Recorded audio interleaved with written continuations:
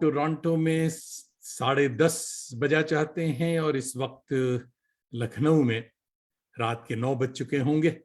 तो कुछ ही लम्हे में हम फेसबुक लाइव हो गए।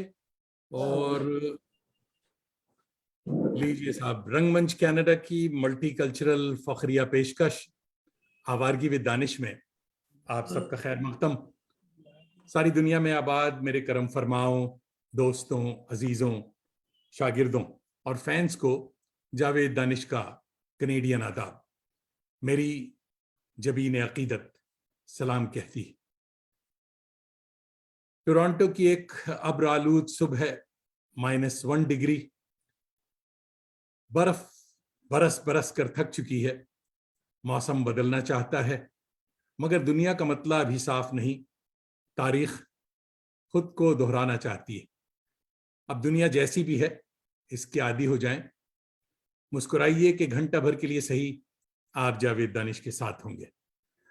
और प्रोग्राम के शुरू होते ही मुझे लगता है कि कुछ टेक्निकल प्रॉब्लम आई है और हमारे मेहमान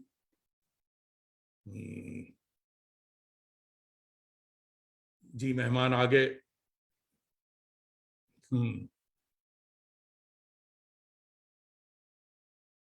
आज आपकी मुलाकात एक खुश फहम, खुश मिजाज मगर खामोश तबीयत कलमकार से हुआ चाहती है, जिसका कलम हकीकी जिंदगी का जमालियाती अक्स रकम करता है। मास्टर क्राफ्टमैन जनाब मोहसिन खान लखनऊ में विराजमान हैं।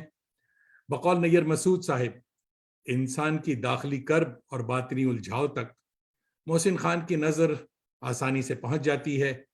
वो बड़ी सहूलत के साथ इन पेचीदा कैफियतों का इजहार कर देते हैं। आइए हजरत का इस्तकबाल किया जाए। कुछ तकल्लुफ है, साफ छुपते भी नहीं, सामने आते भी नहीं। मोहसिन खान साहब आया चाहते हैं। जी आ गए। तो आइए इनका इस्तकबाल जोन एलिया के शेर से किया जाए कि हासिल कुन है ये जहान खराब, ये ही मुमकिन था इतनी उजलत में। Welcome to Awaragi with Danish. Mohsin Khan साहब आदाब, मिजाज गिरामी। आदाब जावेद दानिश साहब, आखिर आपने गिरफ्तार कर ही लिया मुझको। साहब, इस गिरफ्तारी पर लोग अशश करेंगे और ये प्रोग्राम जो हमारा है इंशाल्लाह याद रखा जाएगा। तो हम लाइव हैं और आप 1 घंटे के लिए गिरफ्तार हैं। तो इससे पहले कि हमारी गुफ्त शुनीद का सिलसिला शुरू हो, आइए सबसे पहले कुछ दिलचस्प तस्वीरें जो हमने आपके फेसबुक से और इधर उधर से चुराई हैं कहना चाहिए, तो वो आपको दिखाता हूं। तो आइए उसे शेयर करते हैं दोस्तों के लिए। तो जनाब ये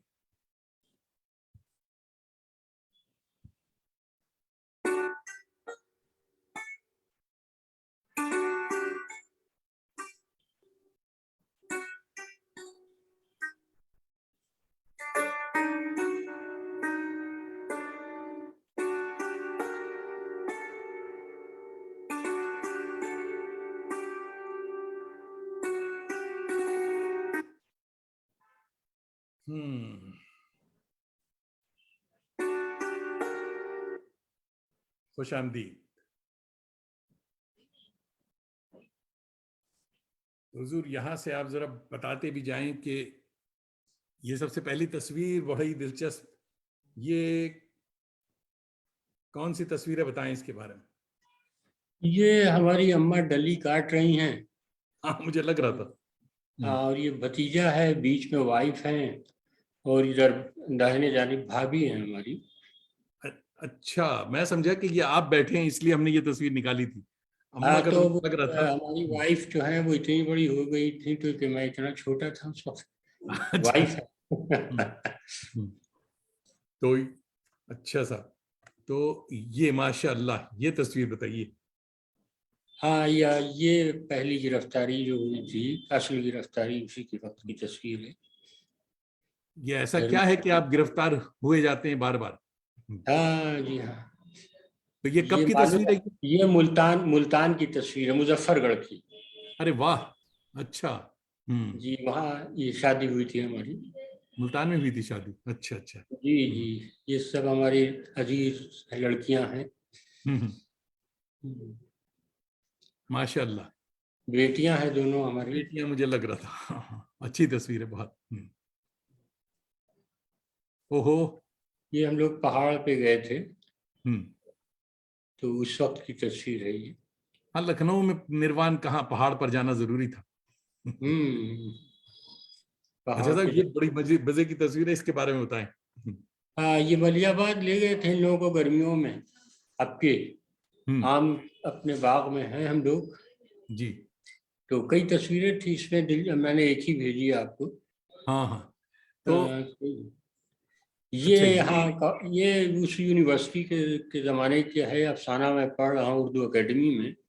बहुत और इंपॉर्टेंट इसमें लोग बैठे हैं। मलिक ज़ादा साहब बैठे हैं, नैयर मसूद साहब हैं, हाँ। और हमारे दोस्त नदीम अशरफ हैं जो आजकल लीडर हो गए हैं, अच्छा आपसे टिकट लेके इलेक्शन लड़ रहे हैं, मिनिस्टर भी रहे हैं। अच्छा अच्छा। वाह। हनी, हाँ ये देखिए, हम बताते हैं आपको बाएं से दाएं जाने। हाँ ये हाँ। एक साहब है मोहसिन जुग्गौरी साहब, फिर मोहसिन खान, फिर अनीस अशफाक, फिर इकबाल मजीद, और शौकत परदेसी ये कौमी आवाज में थे, और शाफिक किदवाई लास्ट में है, अच्छा अच्छा। इस तरफ किनारे राइट हाँ हैंड पे। हाँ ये हाँ। शाफिक किदवाई साहब है। जवान शाफिक दुआई। जी नौजवान, जवान तो अभी भी हैं। जी। ओहो हो। हाँ, ये शाफिक किदवाई बाएं जानिब है, हम्म। शहरियार साहब हैं, शहरयार नदीम साहब। अशरफ हैं, और मैं हूँ। वाह, अच्छी तस्वीर। तो ये लखनऊ आए थे शहरियार साहब, या आप लोग अलीगढ़ गए? आते रहते थे बराबर, मुस्तकिल मुलाकातें हम लोगों की रहती थी, हाँ हाँ। बहुत वाह। आते थे।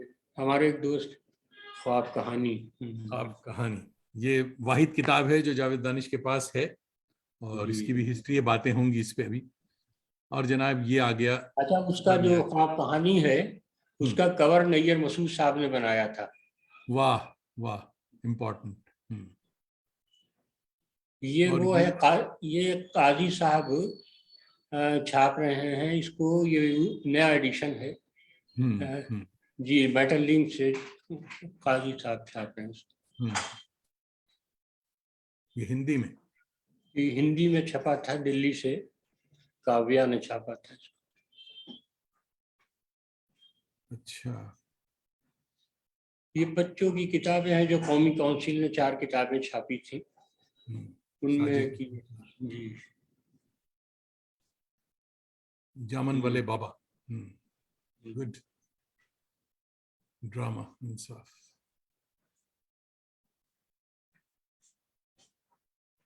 ये जनाब। ये अभी हाल ही में एक प्रोग्राम हुआ था, तो मैडम ने हमारी हौसला अफजाई की थी। अच्छा।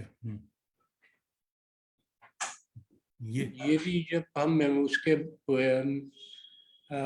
एनबीटी के एडवाइजरी बोर्ड के मेंबर बने थे, तो ये उर्दू एकेडमी की एग्जीक्यूटिव कमेटी की मेंबर हैं, माहे तलक सिद्दीकी साहबा, वो आई थी कानपुर से तोहफे तहाइफ और फूल लेके। हालांकि इतना बड़ा ये एजाज बड़ा है जो हमें उन्होंने दिया था एनबीटी ने, उससे लग रहा है। अच्छा। ओहो हो, मेरे पुराने अहमद दोस्त हमेश साहब। अहमद हमेश, जो अल्लाह उन्हें जो गनी उन्हीं के रहमत करे, चले गए जो अब। उन्हीं के घर में लिया गया फोटो है, मतलब। हाँ। अहमद हमीज साहब ने 2009 में, मैं आखिर बार गया था कराची, तो नापा उसी वक्त शुरू हुआ था, नेशनल काउंसिल ऑफ प्रमो या परफॉर्मिंग आर्ट्स। तो उसके ये उसमें थे, और प्रोग्राम हमारे लिए रखा था इन्होंने। और अहमद हमीज बड़े ज़बरदस्त तरीके से इंडियन ड्रामों के हिंदी के उर्दू में तराजिम कर ये रहे थे। और हाँ, और ये एक बार इंडिया आए थे, तो हमारे साथ रात को क़याम इनका हिंदी संस्थान में रहा था। बड़ा दिलचस्प एक किस्सा हुआ था, वाकया। हम्म, जी, तो वो फिर कभी बताऊंगा। ये। अच्छा, फिरदौस फिरदौस हैदर है दाहिने तरफ, जी, राइट हैंड पे। और हम्म। ये दरमियान में पाकिस्तान के ही कराची के एक साहब हैं, मैं नाम भूल गया इनका, हम्म। जमाना हुआ मुलाकात हुई। मुलाकात की जुबान होगा। ये तो ये कराची वाले सब, पहचान रहे होंगे। ये 80s की 90s की तस्वीरें हैं। ये गालिबन हमें तो हम्म। याद नहीं रहता ना कि ये सन 1, तो हो अच्छा, सकता है ये 90, हाँ उसी दौर की लग उसी रही। दौर की है जी, हाँ जी। ओहो, ये उमराव तारिक साहब हैं। उमराव ये भी तारिक। कहानियां लिखते थे, हाँ। कराची में थे। क्या बात। ये एक, हाँ, इनाग्रेशन हो रहा है, एक ड्रामा ये मैडम ने किया था, तो इसके ड्रामे से पहले ये रस्म हो रही है। चिराग रोशन करने। और ये है वो जो हमारे काजी साहब हाँ पब्लिश कर हाँ रहे हाँ, हैं नया। काजी हाँ, साहब छाप रहे हैं, जी जी, नया। काजी जकरिया साहब। जकरिया साहब, मैटरलिंक्स पब्लिशर्स। जी जी। ठीक है जनाब, तस्वीरें तो हुई, तो आइए बातचीत करते हैं। Welcome again. दिलचस्प तस्वीरें थी साहब। बहुत सारे दोस्त अहबाब, आपके परस्तार चाहने वाले हमारे साए दीवार पर जमा हो चुके हैं। तो सबसे पहले इलाहाबाद यूनिवर्सिटी की फारसी अरबिक की head of the department सालिहा Rashid Sahib आपको सलाम कह रही, और शाहिद अख्तर साहब हमारे अली दोस्त और हमारे बहनोई साहब हैं जो कि गुड़गांव से आपको सलाम कह रहे हैं। अदनान मिर्जा हमारे रिसर्च स्कॉलर हैं जो कि अररिया बिहार से आपको सलाम कह रहे हैं। मोहम्मद सालिहीन कोलकाता के फिक्शन राइटर हैं, आपको आदाब कह रहे हैं। और हमारे नई मनीष साहब कोलकाता से अच्छा, कैलकाटा आपको वाले आदाब कह रहे हैं कि मेरे भी मौसी साहब दोस्त से मिलवाने का शुक्रिया। जी। और जनाब साइमा खान साहिबा देख रही हैं लाहौर से और जी, आपको सलाम कह रही हैं। तारा इकबाल साहिबा देख रही हैं। वालेकुम सलाम। रख्शाना ताजवर साहिबा सलाम कह रही हैं। तो जी, दोस्तों, जो जो नए दोस्त और करम फरमा शामिल हो रहे हैं आज के प्रोग्राम, बड़ा इंटरेस्टिंग प्रोग्राम है, तो ये जरूर लिखें कि आप किस गांव या महल्ले या किस शहर से हैं, क्योंकि मेरी याददाश्त नहीं रहती कि वो कहाँ से ज्वाइन तमाम की। हजरात को मेरा वालेकुम सलाम कह दीजिए, पहुंच सबों को गया होगा। जी बहुत बहुत शुक्रिया। तारा इकबाल साहिबा रायबरेली से देख रही हैं और जी सलाम कह रही हैं। तो जी, किबला, सलाम। एक फॉर्मूला सवाल जो हम तमाम मेहमानों से किया करते हैं कि ये जो कोविड 19 से लेके 21 22 हो गया, तो ये वबा गिला बला जो भी है, तो ये आपके लिए रहमत थी या जहमत? इसके बारे में तो क्या तजुर्बा आपका? देखिए, इसको रहमत तो नहीं कहा जा सकता बहरहाल, क्योंकि उस दौरान इतनी बड़ी वबा थी, और जितने दिन रही, और जो हम लोगों के करीबी दोस्तों को, अज़ा को अपने साथ ले गई, तो वो जो हादसा था, या हम लोगों के लिए एक हमेशा एक कहना चाहिए ऐसी यादें हैं कि उनको फिर फरामोश नहीं किया जा सकता। बिल्कुल। तकलीफ दे, उसमें हमारे बहुत से दोस्त थे जो अलीगढ़ से ताल्लुक़ रखते हैं। के बहुत सारे उनका लोग। इंतकाल हुआ, लखनऊ में बहुत से लोग थे जिनका हम्म, इंतकाल हुआ। अदीब, खासतौर अदीबों में से तमाम जितने भी अदबा शुरा थे, उनसे तो हम लोगों की वाक़फ़ियत है, ग़ुरबत वाकई। भी रही है। हम्म, तो ज़ाहिर है कि ये एक बहुत बड़ा खसारा था जिसको हम्म, पूरा नहीं किया जा सकता, नहीं हो सकता। अब हम्म, वो ज़ाहिर है उसका नेमल बदल नहीं आ सकता। तो ये हम्म, उसको बहरहाल अभी तक, या और फिर ज़ाहिर है कि ये वबा किसी न किसी शक्ल में अभी तक मौजूद है। बहरहाल दुआ है कि ये ख़त्म हो। खत्म हो जल्दी। हाँ, ये ज़रूर हुआ कि उस दौरान जब ये वबा आई है, तो मैं बीमार भी हो गया था, लीवर एब्सेस हो गया था, तो लेटा रहता था। वैसे भी अगर वबा ना होती तो मैं बाहर नहीं जा सकता था, क्योंकि मैं बहुत अरसे तक बिस्तर पे रहा, उठ नहीं पाता था। हम्म, तो तकरीबन कोरोना के दौर जितना चला, उतना ही मेरी बीमारी का भी चला होगा। तो हम्म, उस दौरान किताबें सब पढ़ चुका था, और कुछ समझ में नहीं आ रहा था कि अब करें क्या, क्योंकि आप सिर्फ छत पे जा सकते थे, वहाँ से आसमान देख सकते थे। हमारे फ्लैट के बराबर में कॉलेज है, तो उसमें बहुत से दरख्त लगे हैं, बहुत अच्छा मंजर है, खूबसूरत। तो वहाँ से चिड़ियों की आवाज़ें आ जाती थी, चले जाते थे, चिड़ियों को दाना डाल दिया, यही किया करते थे लोग। थोड़ा सा धूप सेकने बीमारी के दौरान में टेकते हुए। तो उस दौरान मुझे चूंकि दोस्तों का इसरार था बहुत ज़माने से कि कुछ लिखिए, और वाइफ भी कहती रहती थी, तो मैंने सोचा कुछ लिखा जाए। तो मैंने एक दिन लेटे लेटे चंद सफ़ात लिखे, और फिर इनको वाइफ को दिए कि देखो, ये मैं सोच रहा हूँ एक नावल लिखूँ, ये कैसा है, ये कैसा जा रहा है। तो कहने ये तो बहुत दिलचस्प है, आप इसको जरूर लिखिए। तो फिर मैंने और सफ़ात लिखे, रोज़ाना 2-4-6 सफ़ात लिखता था। तो इनको सुनाता था या देता था, पढ़ती थी, बहुत पसंद किया इन्होंने, कहा नहीं ये बहुत अच्छा होगा, नावल पसंद किया जाएगा, आप इसको लिखते रहिए। तो बहरहाल रोज़ाना दिन में लिखते थे, लेटे लेटे बैठे बैठे, फिर रात को लेट के उसके कुछ पॉइंट जहन में आते थे वो नोट कर लेते थे। क्योंकि ये नावल जो है उस तरह से मैंने नहीं लिखा कि जिस तरह से वो प्लानिंग से लिखा जाता है कि नोट्स बनाए, फिर ये शुरुआत होगी, ये दरमियानी हिस्सा होगा और ये अख्तिताम होगा और ये क्लाइमेक्स होगा, कुछ जहन में नहीं था। बस रोज़ाना एक वो पुराने ज़माने को याद करके और कुछ अपनी शरारतें और कुछ अपने दिन और कुछ दूसरे जो समाजी मामलात हैं, कुछ मजहबी मामलात हैं, उन सबको जहन में यकजा करते थे और फिर लिखना शुरू कर देते थे। मेरा ख्याल है कि फिर हमने स्पीड पकड़ी तो तकरीबन रोज़ाना 10 सफ़े 12 सफ़े लिखने लगा। तो ये किस्सा लंबा तो नहीं हो रहा है? नहीं नहीं नहीं, इसमें हम अच्छा। आते नेक्स्ट सवाल भी यही करते तो हाँ तो हाँ तो बहुत। फिर हाँ हाँ तो फिर ये हुआ कि ये मैंने वाइफ से कहा था कि मैं ये नावल जो लिखूंगा वो 2 माह के अंदर मुकम्मल होगा अच्छा। और 200 सफ़े होंगे। हम्म तो हम्म, इत्तेफाक है कि मैंने वो 2 महीने में, अंदर भी नहीं 2 महीने में ख़त्म किया और 200 सफ़ात पूरे हो गए।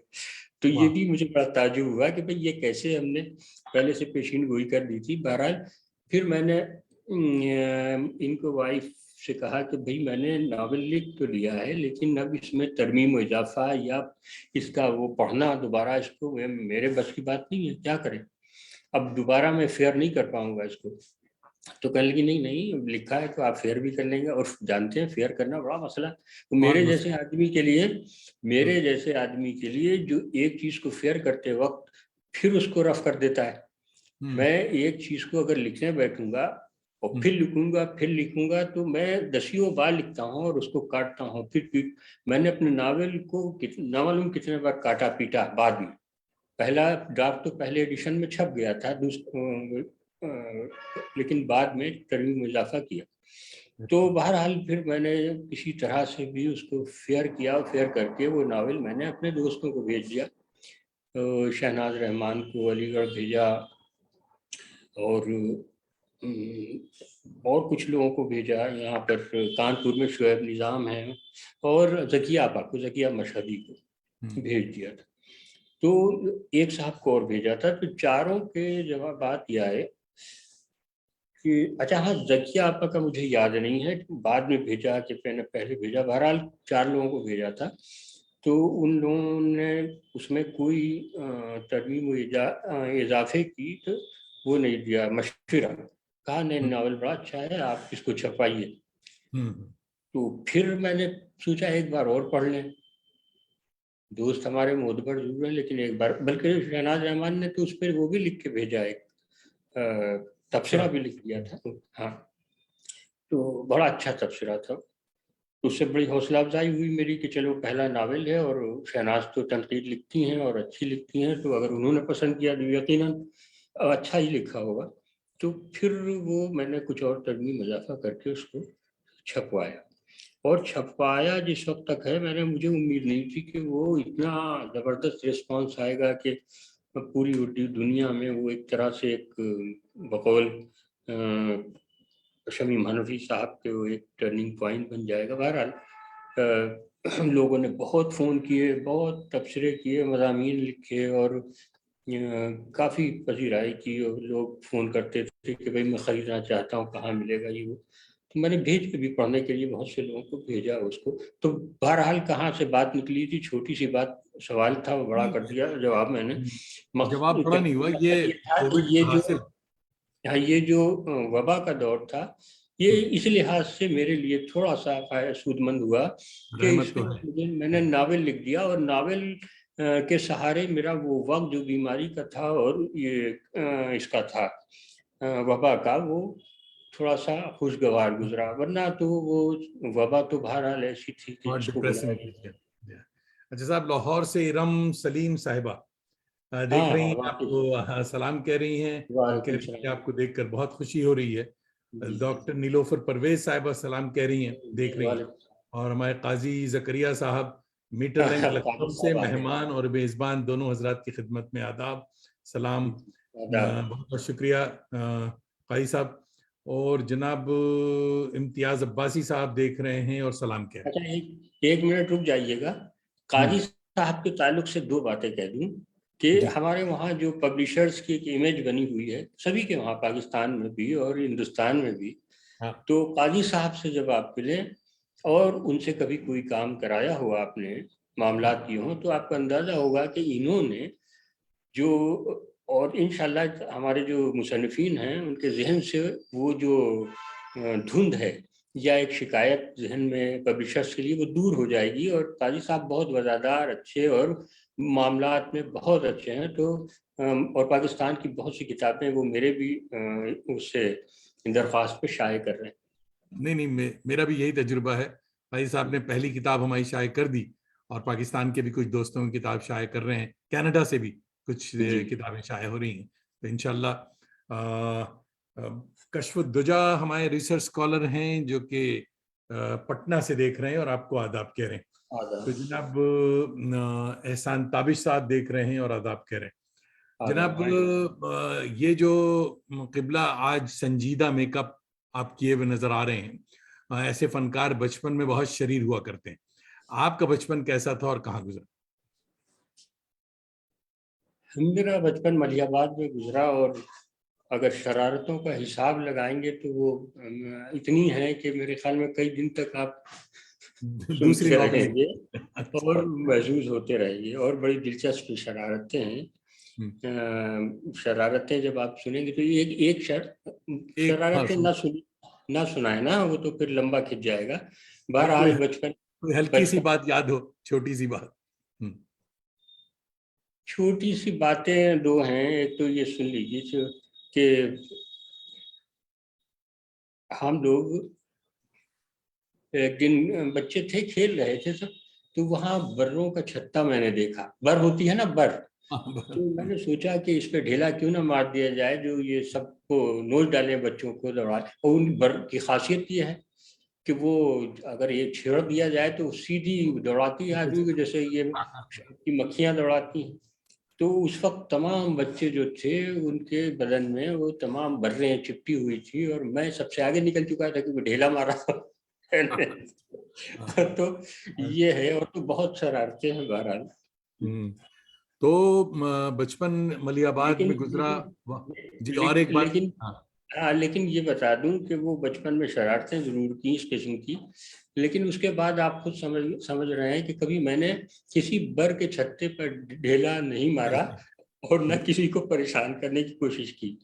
इसको देखकर ठीक है। हाँ।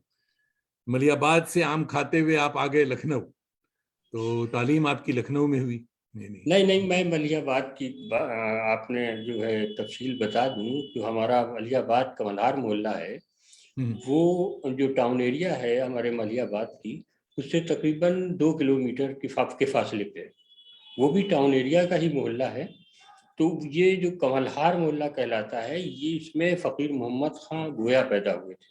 ये वाह, उनका, जी, ये उनका मोहल्ला है और मशहूर शख्सियत थे। बहुत बढ़िया। और हाँ जी जी, वहाँ से मेरा ताल्लुक है। और जिस ज़माने में मेरा बचपन, वहीं तालीम भी हुई मेरी। कमलहार में थोड़ा सा मदरसे में वहाँ पढ़ा हूँ, मगर लेकिन स्कूल की तालीम मेरी है मलिहाबाद ही में हुई, अमानीगंज में, जहाँ जोश मलिहाबादी का मकान था, वाह अमानीगंज। वाह। बड़ी अच्छी बात। हमारे शम्स इकबाल साहिब दिल्ली से आपको सलाम कह रहे वालेकुम सलाम हैं। शम्स। और कह रहे हैं मोतबर कलमकार से दिलचस्प गुफ्तगू चल रही। और एहसान ताबिश साहब आपको आदाब कह रहे हैं और कहते हैं कि इस सिलसिले को जारी रखें, सलामत रहें, आमीन। बहुत बहुत वालेकुम शुक्रिया सलाम। एहसान ताबिश साहब। और जनाब लखनऊ फिर कब आया आप? लखनऊ जब मेरी शादी हुई है, शादी के दूसरे ही साल जो बेगम साहबा थी वो कहने लगी कि अब मैं इन मक्खियों के दरमियान और इस गर्मी में मलिहाबाद में नहीं रह सकती, इसलिए कि वहाँ लाइट बहुत कम आती थी। 12 घंटे लाइट आती थी या 6 घंटे आई कभी कभी। वहाँ वायर टूट जाता था तो हफ्तों लाइट नहीं आती थी, तो गर्मियाँ गुजारना वो बड़ा मुश्किल, वो एक वबाल था। तो इन्होंने कहा कि अब हम शहर में रहेंगे। फिर हमने शहर में मकान लिया जो नैयर मसूद साहब के पड़ोस में ही था। वाह। और जी जी, तो वहाँ फिर हम लखनऊ यूनिवर्सिटी में चूँकि पढ़ते रहे, और तो नैयर साहब से पहले भी ताल्लुकात थे, और पड़ोस में आए तो और ज़्यादा कुर्बत हो गई। आपने लखनऊ की जवानी देखी है, नैयर जी मसूद साहब की शफकत आपको हासिल रही है, कुछ उस जी, दौर की बातें बताएं, क्या था वो दौर? उस वक्त सब कुछ था, आपने भी देखा। लखनऊ में आते रहे आप, तशरीफ लाते रहे, और बड़े जय्यत लोगों से मुलाकातें होती रहीं, शख्सियात से। बिल्कुल। और वो दौर तो बड़ा सुनहरी स्वर्णिम। दौर था। उस वक्त देखिए रामलाल साहब यहाँ मौजूद थे, इकबाल मजीद थे, बशीर प्रदीप थे, हयातुल्लाह अंसारी, आबिद सुहेल, मंजूर और अहमद, नैयर साहब मलिकजादा मंजूर। के, हाँ मलिक ज़ादा मंजूर। मैं अफसाना निगारों का जिक्र कर रहा था। बहरहाल हाँ, उस वक्त शायरों में इरफान सिद्दीकी साहब थे, बहुत अहम नाम है, और उनसे भी हमारी हाँ, बड़ी कुर्बत रही। हम शाफी किदवाई और सब लोग वहाँ जाके बैठते थे, उनसे बातें करते थे। और मलिक ज़ादा साहब से भी बड़ी हमारी, वो उस्ताद थे लेकिन उस्ताद कम दोस्त ज़्यादा थे, और इस किस्म की 2000। बातें हमसे करते थे कि अगर कोई दूसरा सुनता तो वो कहता कि भाई ये हमारी समझ में नहीं आता कि ये उस्ताद हैं इनके। लेकिन बहुत ही बेतकल्लुफ़ाना हमसे मेरे साथ भी गुफ्तगू, यही।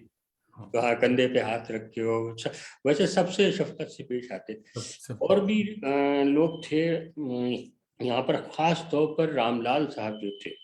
जब मैं लखनऊ आया हूँ, शुरू में इब्तदाई दौर में भी जब अफ़सानेगारी शुरू की है, रामलाल साहब ने यहाँ पर एक बहुत बड़ी कॉन्फ्रेंस की थी, तरक्की पसंद कॉन्फ्रेंस, जिसमें कृष्ण जी और इस्मत चुगताई और तमाम जो बड़े अदीब उस वक्त के थे सब तशरीफ लाए थे, बेदी साहब वगैरह।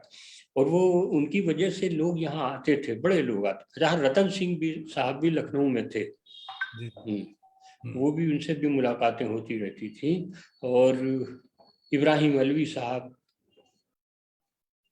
भी थे, वो भी लिख रहे थे। आप रुखसाना यास्मीन साहिबा देख रही हैं, सलाम कह रही हैं और कह रही हैं बहुत उम्दा गुफ्तगू हो रही है। आप दोस्तों से फिर मैं बताऊं, आज बहुत सारे नए दोस्त शामिल हो रहे हैं, वो जरूर लिखें कि वो कहाँ से देख रहे हैं। अव्वल लखनऊ की आबरू जो असातिज़ा रहे हैं वो अब गुजर चुके। नए उस्तादों और नए लिखने वालों में पहले जैसा रब्त या पहले जैसा जो सिलसिला था वो क्या अब है? आज का लखनऊ क्या है? नहीं, मैं ये आपके सवाल का जवाब पीछे जाके फिर दूंगा। हम्म। वो बात अधूरी रह गई थी। वो उस वक्त देखिए दौर बड़ा अच्छा था, और इस तरह का दौर था कि आपके जो बुजुर्ग हैं वो बहुत ही दयानतदारी से आपकी चीज़ों का मुहाकमा करते थे, उनका, उनके ताल्लुक से आपको राय देते थे।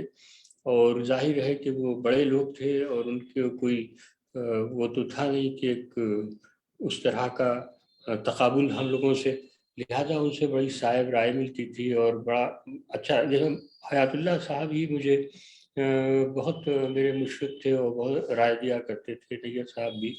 और उस दौर में हम थे, शाफ़ी किदवाई हमारे बड़े अजीज दोस्त हैं, और हम क्लास फेलो भी रहे। शाफे थे, शुएब निज़ाम थे, और रफ़त अज़मी शायर हैं, नदीम अशरफ वगैरह सब जमा होते थे अमीनाबाद में होटल में। और एक वो था अनवर टी स्टॉल, गालिबन नाम था, ऊपर बैठते थे वहाँ पर।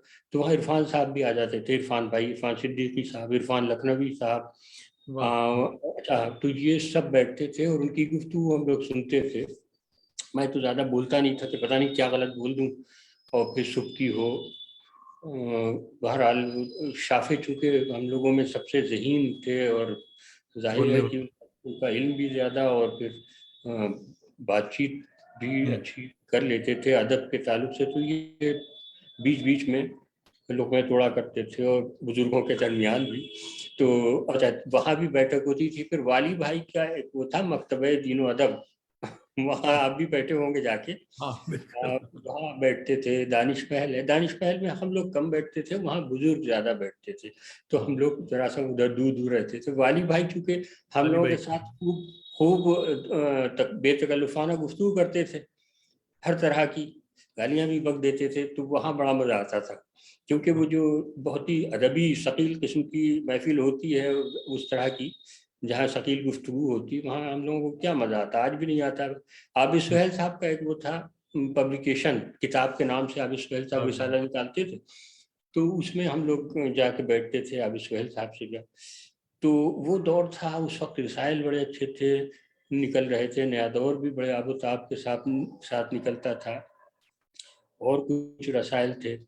तो वो तो उस दौर का मवाजना आज के दौर से नहीं किया जा सकता। आज आपको इस बात का ताजुब होगा कि जब मेरा नावल छपा है तो लखनऊ, अभी बहुत से शोरा हजरात हैं, शोरा हजरात से तो मैं शिकायत नहीं करूंगा, क्योंकि आम तौर पर वो फिक्शन पढ़ना इसलिए गवारा नहीं करते कि उन्हें क्या उससे हाँ अलाका है, वो तो अपना शायरी कर रहे हैं, और फिक्शन में क्या, कुछ हैं पढ़ते भी हैं, इनको शौक है, तो वो सब लोग, मैं क्या कह रहा था भूल गया, घर आ। आज का जो लखनऊ है इसकी बात कर रहे हैं हाँ, तो आप? अब वो दौर नहीं रहा, तो लखनऊ में हमारे नावल को उन्हीं चंद लोगों से रिस्पांस मिला जो नस्ल, जो फिक्शन लिखने वाले मतलब नौजवान लोग हैं, और कुछ और हमारे जो दोस्त हैं उन्होंने तो नावल मांगा मुझसे, लेकिन जितना ज़्यादा अच्छा रिस्पांस मुझे दूसरे शहरों से मिला, छोटे छोटे इलाकों से, वो लखनऊ से नहीं मिला। तो लखनऊ में तो आप ये समझिए कि बस सबको बिल्कुल एक तरह से अदबी खंडहर बन के रह गया। अनीस अशफाक साहब हैं, एक फिक्शन लिख रहे हैं, कुछ तनकीद निगार हैं, उमर मंजर साहब हैं, और नूर फातिमा हैं, और रेशमा परवीन हैं, और कुछ और लोग, हाँ शकील सिद्दीकी साहब भी लिखते हैं, वो हिंदी में ज़्यादा लिखते हैं, और हाँ हमारे जो वो हैं बुजुर्ग और बड़े तनकीद निगार, जिनको आप क्या नाम है इनका, अरे रिदौली भाई, शारिफ साहब, शारिफ रुदौलवी साहब, ये ये लोग हैं। हैं। जी जी जी, गनीमत। जो गनीमत हैं, वरना तो अब कुछ नहीं रखा। सब दिल्ली से नूपुर अवस्थी साहिबा, बच्चों की स्टोरी टेलिंग का इनका बड़ा दिलचस्प प्रोजेक्ट रहता है, वो आदाब कह रही हैं दिल्ली से। जी इम्तियाज आदर। अब्बासी साहब फरमा रहे हैं बहुत शुक्रिया मोहतरम मोहसिन भाई, बहुत कम गो हैं, आज सुनकर बहुत अच्छा लगा, कौन मुबारकबाद। है, कौन साहब हैं? इम्तियाज अब्बासी साहब। अच्छा अच्छा, हाँ हाँ, इम्तियाज अब्बासी साहब तो वहाँ के हैं, गोरखपुर में होंगे। गोरखपुर के हैं जी, अच्छा अच्छा। ये हाँ और जी, दरअसल ताजवर साहबा के शौहर। माशाल्लाह माशाल्लाह। और दिल्ली से गुलरू खां साहिबा देख रही हैं और आपको अच्छा, सलाम कह रही हैं और फूलों का गुलदस्ता पेश कर रहे हैं। आदाब, अरे वाह। मोहम्मद उसामा साहब बिहार से देख रहे हैं और आपको दुआएं दे रहे हैं कि अल्लाह आदाब। सलामत रखे। बहुत बहुत शुक्रिया दोस्तों, इसी तरह आप कमेंट करते रहें, शहर का नाम भी लिखें तो मैं बता सकूं कि आप कहाँ से देख रहे हैं। शायद 1990 की बात होगी कि मैं लखनऊ गया तो आपने अपनी किताब ख्वाब कहानी इनायत की थी, वो आज भी मेरे पास महफूज है। उसमें एक कहानी थी जहरा, जी वो मुझे भी बहुत पसंद आई थी, बड़ा उसका चर्चा, बहुत उसकी शोहरत हुई थी। पहले तो उसके बारे में बताइए, इसका मेरे ख्याल में तर्जुमा भी हुआ था।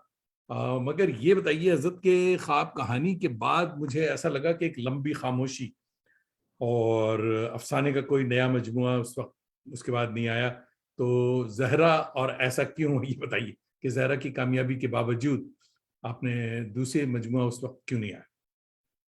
इस जहरा के ताल्लुक से तो मैं ये बता दूं कि ये इसके लिखने की तहरीक मुझे कहाँ से मिली। हम्म असल में वो दौर था, वो इब्तदाई दौर जब मैं कहानियाँ लिखना मैंने शुरू की थी हम्म मलियाबाद में, हम्म तो छोटी छोटी कहानियाँ लिखता था, और लिख के मैगजीन में भेजता था। बड़े कहना चाहिए कि मामूली रसायल में कहानियाँ भेजा करता था और छप जाती थी, बड़ी खुशी होती थी। उसी दौरान जुनून फिल्म आपको याद होगी, उसकी शूटिंग हाँ, मलियाबाद में हुई। अच्छा अच्छा, हाँ, हाँ, इंटरेस्ट। तो हम मलियाबाद में शूटिंग के दौरान ये भी आई थी, इस्मत आपा भी, इस्मत चुगताई साहबा भी आई, कि उन्होंने एक्टिंग भी की थी उसमें, और उसका वो भी लिखा था, कहानी भी लिखी थी। कहानी भी लिखी। जी जी। तो मैंने 2-3 दिन तो शूटिंग देखी, उसके बाद तो मेरे समझ में नहीं आया, बहुत बोर हुआ। मैंने फिर ये इस्मत आपा की एक आध कहानी उसमें पढ़ी थी रसायल में, तो मैं उनके पास जाके बैठने लगा। तो मैंने कहा मैं भी लिखता हूँ कहानी। तो कहने लगी कभी सुनाओ तुम अपनी कहानी। तो मैं लेके पहुंचा उनको कहानी। तो उनका ये कि कोई कहानी होती, ऐसे लिखी जाती कहानी, तुम क्या कहना चाह रहे हो? और ये गदागर ऐसे थोड़ी होते हैं जो तुमने दिखाया। गदागर तुम देखते नहीं, गदागर कैसे होते, ऐसे कहाँ होते, ये फितरत कहाँ होती, ये तुमने सब गलत लिखा है, ऐसे नहीं लिखा जाता। ऐसा करो, अभी हाल ही में एक कहानी छपी है सैयद मोहम्मद अशरफ की, धार से बिछड़े, उसको पढ़ो। ऐसे ही बोलती थी झटके ले लेके। तो कहनी उसको पढ़ो और उसे देखो कैसी कहानी है, ऐसी लिखने की कोशिश करो। तो भाई वो अशरफ साहब का मैंने नाम नहीं सुना था। मैं वो मलियाबाद में रहता था, जिस माहौल में, वहाँ मैगजीन भी बड़ी मुश्किल से मिलते थे, किताबें भी नहीं मिलती थी, और बड़ा मेरे ख्याल में वो, ये मेरे हाई स्कूल मैंने शायद पास किया था या नहीं, हाई स्कूल में था, उस जमाने की बात है, इब्तदाई। तो खैर मैं काफ़ी दिन बैठा इस्मत आपा के पास और बातें होती रहीं। फिर वो 2-3 कहानियाँ उनको जो भी दिखाई, उन्होंने ये मशवरे दिए, ऐसे नहीं ऐसे करो, और ये कहानी ठीक नहीं है, और ऐसी ज़बान होना चाहिए, और तर्जुमे पढ़ो। क्या लिखते हो तुम, पढ़ो, तराजिम पढ़ो, अच्छी कहानियाँ पढ़ो, तब लिखो। खैर वो जो उनकी शूटिंग ख़त्म हुई, वो चली गई वहाँ बॉम्बे। फिर ये मैं लिखता रहा तमाम जो जदीद उस वक्त फारूकी साहब ने वो अफसाने की हिमायत में लिखा था, उसको पढ़ा, वो गाइडलाइन थी गोया। आपने कहा अब अफसाना ऐसे ही होना चाहिए, जो रिवायती किस्म का है, वो इसका मतलब है कि वो गया। अब ये इस तरह लिखना चाहिए जैसे कमर एहसन लिखते हैं, रशीद अमजद लिखते हैं, और बलराज मेहरा हैं, जदीद अफसाना, लक्ष्मण प्रकाश वगैरह लिखते हैं, या खालिदा हसन पाकिस्तान में लिख रही थी। हमने कहा अभी इस राह पे चला जाए। तो मैंने फिर उनकी तकलीफ करना शुरू कर दी। अब जाहिर है कि जो जो आदमी रवायती नहीं लिख पा रहा, वो क्या लिखेगा, ना ठीक जबान, ना जुमलों की दरोबस्त थी। तो खैर वो शफून में भी फारूकी साहब ने 2-3 कहानियां लिखी, लेकिन कन्फ्यूजन एक क्रिएट हो गया उस वक्त, क्योंकि मैं गुलाम अब्बास को, इस्मत चुगताई को, राजेंद्र सिंह बेदी को आइडियल अफसाना निगार समझता था कि वो अच्छे अफसाना निगार हैं। अब जब ये कहा गया कि ये दौर है, ये इनकी तारीफें पढ़ने लगा तमाम, और तनकीद भी जो उस वक्त के तनकीद निगार थे जदीद किस्म के, उन्होंने तो रिवायती बहुत सी कहानियों को कंडम किया जिनकी तारीफें हुआ करती थी। तो समझ में नहीं आया, तो इसलिए लिखना शुरू की, शफून अब सही, लेकिन फिर भी कोई कहानी नहीं लिख पाए। एक बार रेडियो स्टेशन पे मैं जाया करता था, जाने लगा था, हल्की फुल्की कहानियाँ पढ़ता था।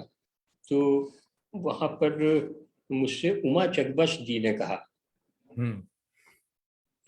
उमा जी जो है वो चकबस साहब की नवासी थी। हाँ, वो रेडियो में थी, इकबाल मजीद साहब की जूनियर थी, अंडर में थी। तो कि भाई तुम्हारी कल रिकॉर्डिंग है, वो कहानी कोई लिख के लाओ। मैंने रात को बैठा, मैंने सोचा क्या लिखा जाए। हाँ, उससे पहले का वाकया ये है कि एक बार जब मैं ग्रेजुएशन में आ गया, रेडियो जाने लगा, तो उर्दू एकेडमी में एक जलसा हुआ। उसमें इस्मत आपा, कुर्रतुल हैदर और बहुत से लोग आए, बड़े लोग। हाँ, राजेंद्र सिंह बेदी साहब भी गालिबन आए थे। तो उन्होंने जलसा चल रहा, तो वो पीछे बैठी हुई थी, मैं उनके पास जाके बैठ गया। कुछ बड़ा हो गया था तो मैंने उससे पहचानी ही नहीं। मैंने कहा आपा मुझे पहचाना? चुपके से कहा, क्यों नहीं पहचाना, मोहसिन हो? कहने लगी मोहसिन हो? तो फिर मैंने उनसे कहा कि वो आपने कहा था मलियाबाद में मुझसे कि यहाँ तुम मलियाबाद के लोगों की कहानी क्यों नहीं लिखते हो, कहाँ फकीरों में पड़े हुए हो, इधर उधर की लिखा करते हो, यहाँ एक से किरदार पड़े हुए हैं, देखो पठान लड़कियां इतनी खूबसूरत हैं, और तुम उनकी कहानी क्यों नहीं लिखते हो, सब गूंगी हैं, वो पढ़ी लिखी नहीं है मगर कितनी खूबसूरत हैं। तो तुम उनकी जो पसमानदगी है तालीमी, उसकी पे को लेकर के, या उनको जो जिस तरह से यहाँ पाला गया है लड़कियों को, उनकी जो मजबूरियां हैं, हसरतें हैं, आरजुएं हैं, उनके ताल्लुक से कुछ लिखो। ये बात उस वक्त कही थी उर्दू अकेडमी में। उस वक्त कहानी लिखते वक्त अचानक मुझे ख्याल आया कि मैं क्यों ना वो इस्मत आपा ने जो बताया किसी लड़की की कहानी लिख दे, मलियाबाद का माहौल दिखा करके, और फिर लखनऊ का माहौल दिखाऊं। तो फिर ये कहानी मैंने लिखी, और मैंने तकरीबन 2-3 घंटे में कहानी लिखी, रेडियो पे पढ़ी, और उसके बाद मैं दूसरे दिन नैयर मसूद साहब के वहाँ गया, मैंने कहा मैंने ये कहानी लिखी है, तो बताइए कहाँ इसको भेजूं। कहने लगे कहानी तो अच्छी है, तुम सौगात में भेज दो। तो मैंने वो सौगात इजाज़त में है। भेजी। हाँ, सौगात में भेज दी। उसके बाद वो सौगात का जो शुमारा आया तो उसमें एडिटोरियल में उन्होंने, हमारे महमूद एयाज साहब ने उसकी सदर तारीफ की। उसकी शोहरत की एक वजह ये भी है कि महमूद एयाज साहब ने उसमें लिख दिया था कि हाँ, हमारे रसाले में पता नहीं क्या लिखा था कि एक ज़माने के बाद ऐसी उम्दा कहानी मैं छाप रहा हूँ। अब जाहिर है कि मैं तो एक ज़माने तक लिखता रहा और तमाम ये एक तरह की मायूसी रही कि मैं कुछ ना लिख सका, और वो पहली बार महमूद एयाज साहब उसकी तारीफ कर रहे हैं, नैयर साहब ने भी तारीफ की, और फिर जिसने पढ़ा फिर उसके तराजिम हुए। अंग्रेजी में 2-3 लोगों ने तराजिम किए और दूसरी जबानों में भी हुए, तो हिंदी में भी। बहरहाल ये किस्सा है उस कहानी का। वो गोया कि वो कहानी निकली मलियाबाद से और उसकी तहरीक बख्शी इस्मत आपा ने, और वो वेरी निकली गुड। मेरे कलम से। तो ये बड़े लोगों की सोहबत में बैठिए तो कुछ बड़ा मिल ही जाता है। बिल्कुल बिल्कुल।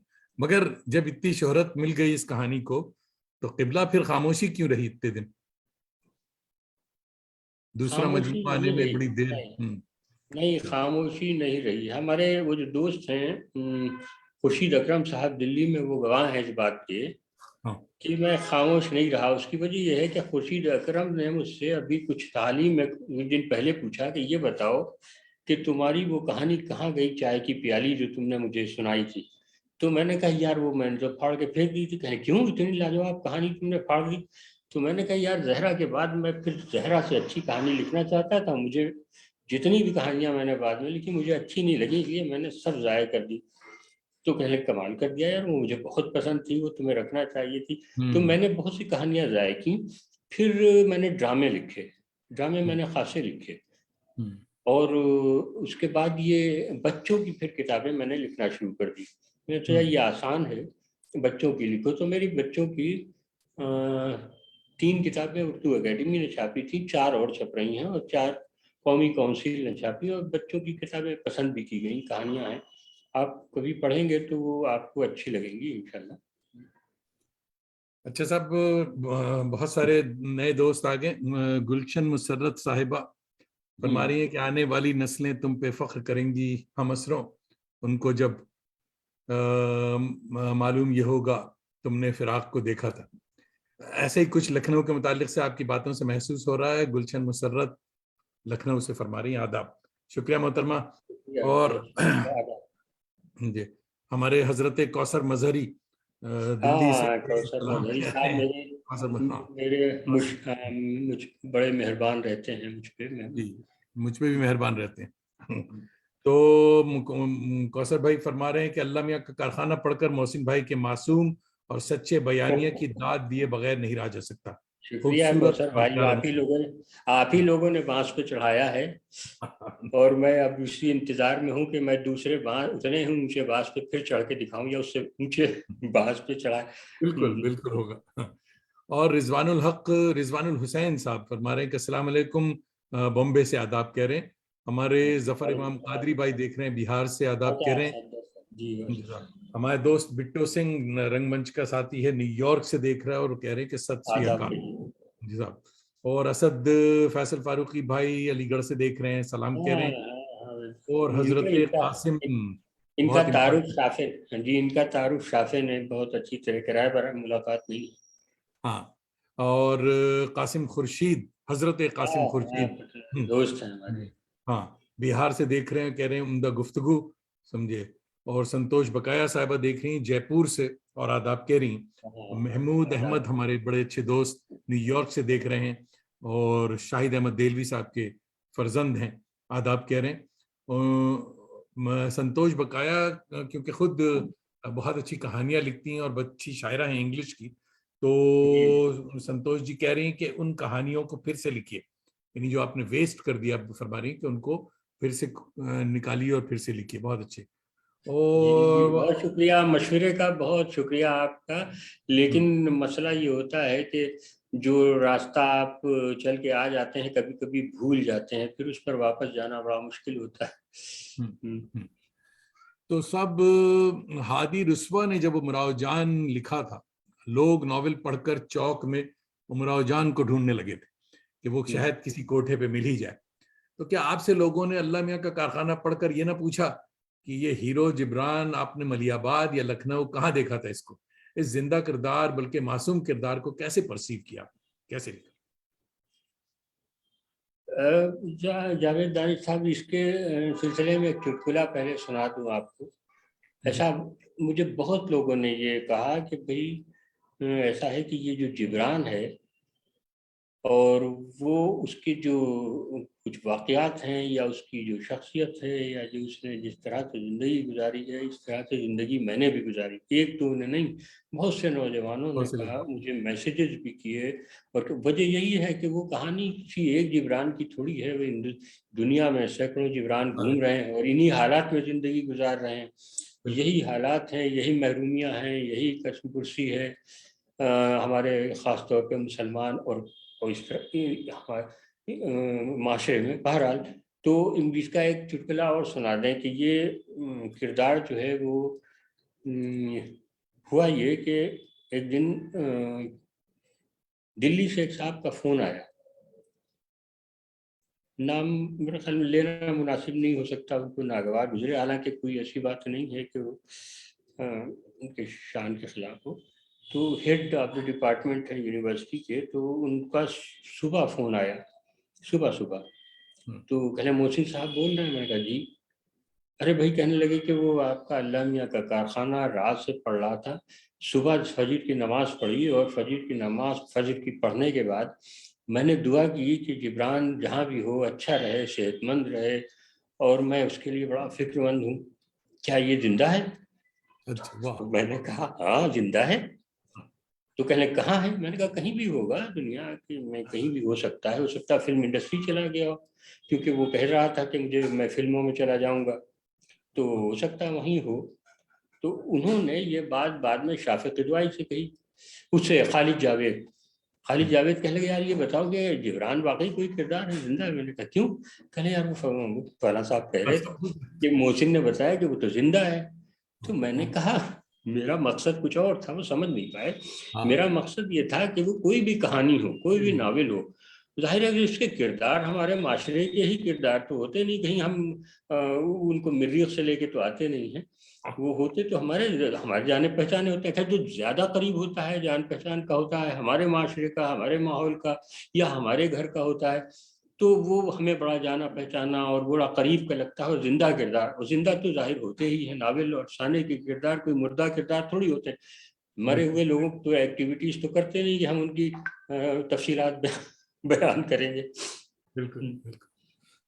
सब नॉवेल में ये तो आपने वो कहा, मगर एक शगुफा और भी है कि ये जो पब्लिशर्स नोट इसमें लगा हुआ है, उसको भी बहुत से लोगों ने बहुत तरह की बातें, बल्कि व्हाट्सएप ग्रुप पे इस पे बहुत चर्चा रहा, बड़ी बड़ी बातें भी। जरा दोस्तों को इसके बारे में बताइए कि पब्लिशर नोट क्या था।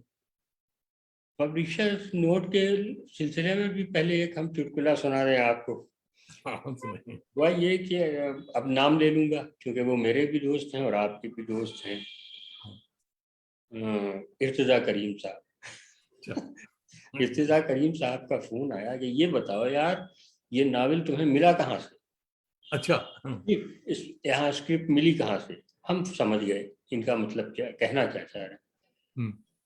उन्होंने उसका जिक्र नहीं किया, ना सिर्फ के नोट का, सिर्फ ये पूछा कि नावल मिला कहाँ, तुम्हें स्क्रिप्ट कहाँ मिली? तो मैंने कहा कि यार ऐसा है कि किसी जमाने में ये पटना के एक पब्लिशर खुदा बख्श ने छापा था, और वो मसविदा जो है मालूम नहीं किस तरह से वो मुझे मिल गया कहीं से, और मैंने उसमें तरमीम व इजाफा किया और काट छांट करके और उसको बेहतर शक्ल में पेश किया, लेकिन वो जो उसका नोट था वो मैंने लगा दिया।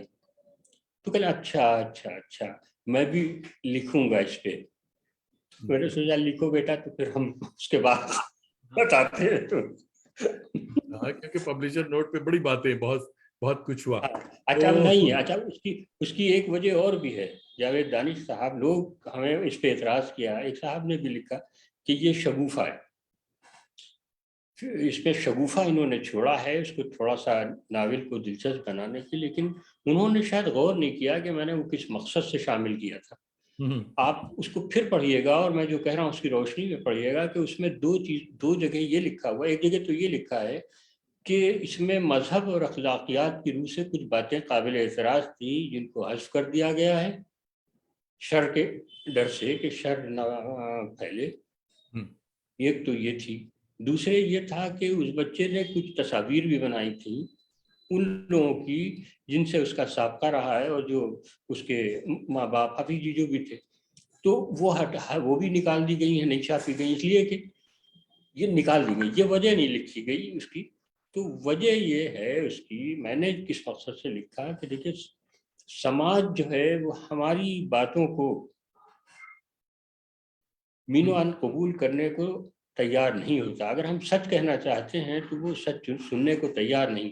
अगर वो बच्चा और अभी और ये भी था कि उस जो हमने बातें लिखी हैं मजहब के ताल्लुक से उस नावल में जो बातें हैं उस यानी उस मोहसिन खान ने जो लिखी हैं और जो वो हैं क्या नाम है लीडर्स जो हैं।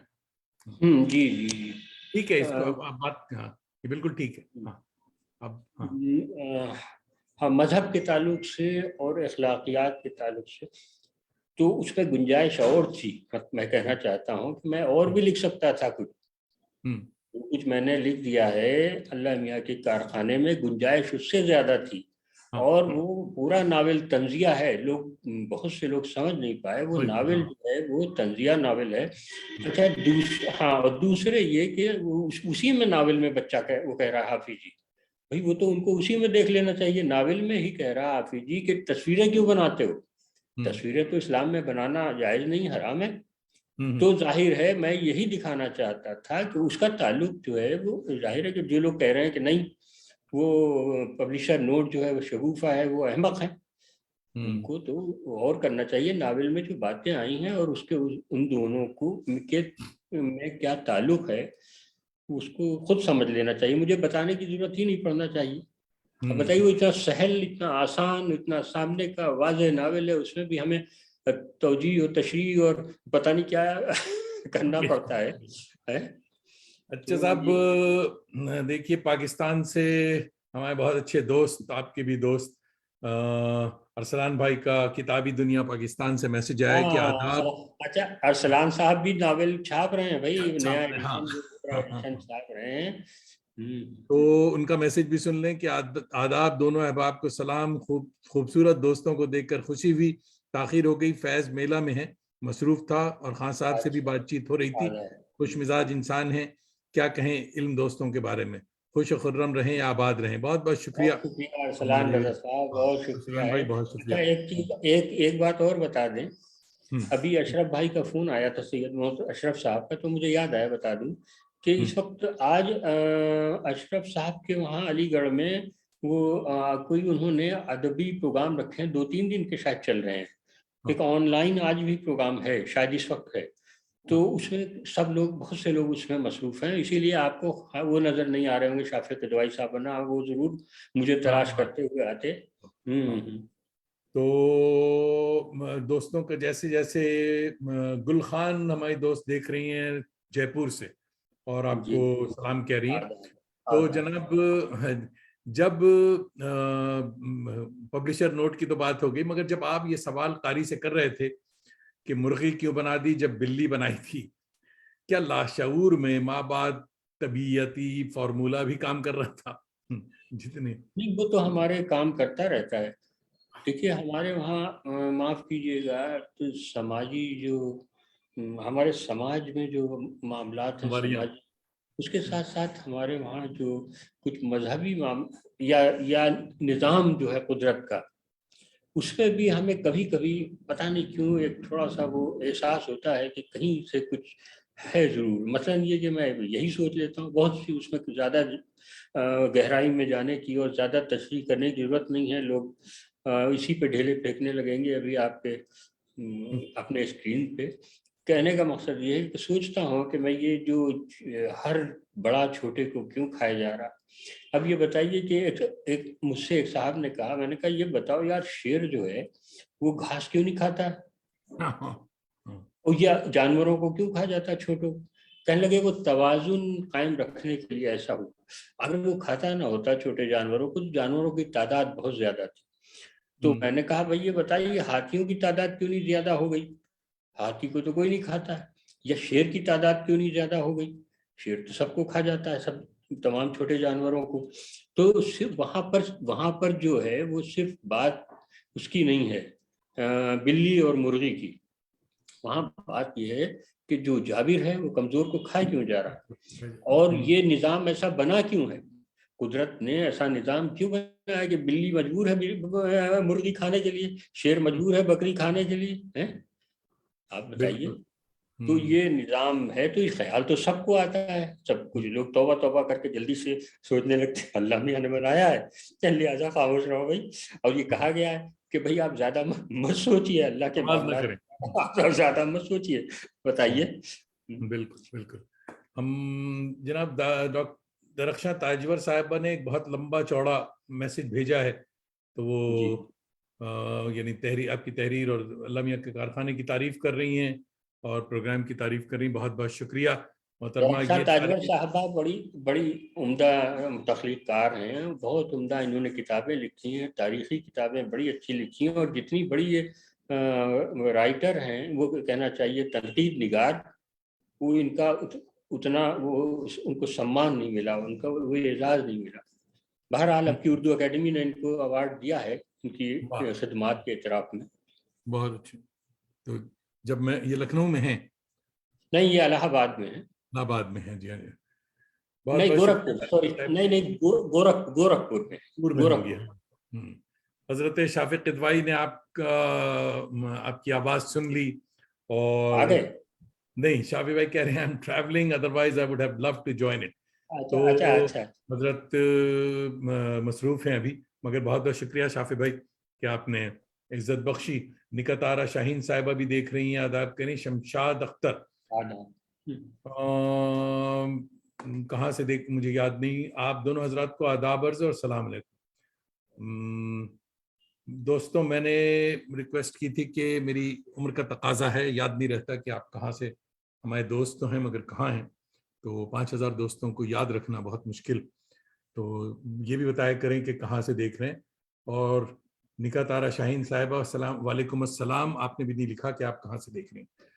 हजरत मुर्गी और बिल्ली का फॉर्मूला आपने अच्छा सुनाया, मगर एक इन तमाम नॉवेल और इससे परे एक बहुत इंटरेस्टिंग व्हाट्सएप यूनिवर्सिटी की बात चल रही थी। तो ये भी दोस्तों को बता दूं कि हजरत मोहसिन के बारे में एक खबर ये भी गर्म रहती है कि पटना में एक हमारे दोस्त करम फरमा है, मैंने सीनियर दोस्त कहना जरा गड़बड़ बात, दास्तानवी खंजर अजीम आबादी की गुलफशानियां जो हैं वो दरअसल मोहसिन खान के कलम की गुलफशानियां। इसके बारे में आप क्या कहेंगे? ये किसने बताया आपको भाई? ये भाई व्हाट्सएप ग्रुप में बहुत ये खबर मुझे भी आई कि साहब ये जो आपके दोस्त हैं मोहसिन खान यही लिखते हैं खंजर अजीम आबादी। तो हमने कहा यार तो फिर तो खंजर मलियाबादी लिखना चाहिए, अजीमाबाद क्यों है? तो कहने लगे नहीं, वो कंफ्यूज करने के लिए लिख रहे हैं। नहीं, वो मैंने अभी आपको बचपन का एक वाकया सुनाया था ना, वाकया बर्रों के छत्ते पे ढीला मारने वाला। तो मैंने ये भी कहा था कि मैं अब जो है उसके बाद जो है कभी मैंने किसी बर के छत्ते पे ढीला नहीं मारा, और कभी किसी की जात को नुकसान नहीं पहुंचाया, और कभी किसी के साथ इस तरह की ज्यादती नहीं की। और वो बेवकूफ़ लोग हैं। आप ये देखिए कि हम जिस तरह की तहरीर लिखते हैं, हमारे बस की बात नहीं कि वो लिख सकें। और दूसरी चीज़ ये है कि वो जिस हल्के के लोगों को हदफ बनाता है खंजर अजीम आबादी, वो उधर ही पटना बिहार वगैरह के लोग हैं। और यकीनन कोई बेचारा दिलजला होगा, रिसर्च स्कॉलर ही होगा, जिसने इसको किसी प्रोफेसर ने हाँ एक्सप्लॉइट किया होगा। वो जाहिर है कि वो जख्मी जो होता है ना, तो वो सबके काटने लगता है।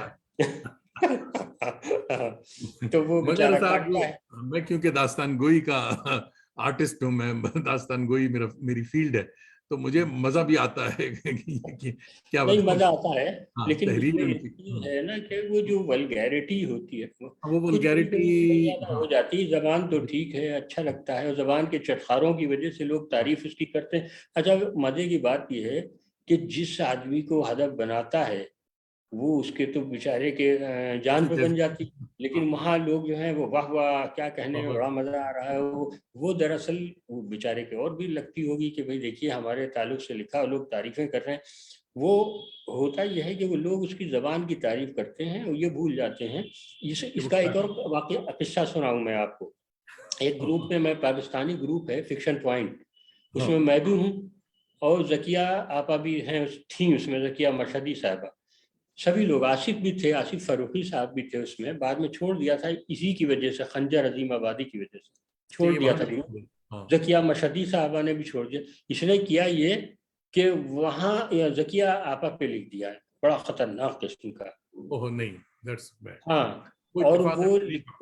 हाँ, वो लिखने के बाद वहाँ ये जिन साहब को भेजा गया था, उसी ग्रुप के एक साहब थे, उन्होंने ग्रुप पे भेज दिया।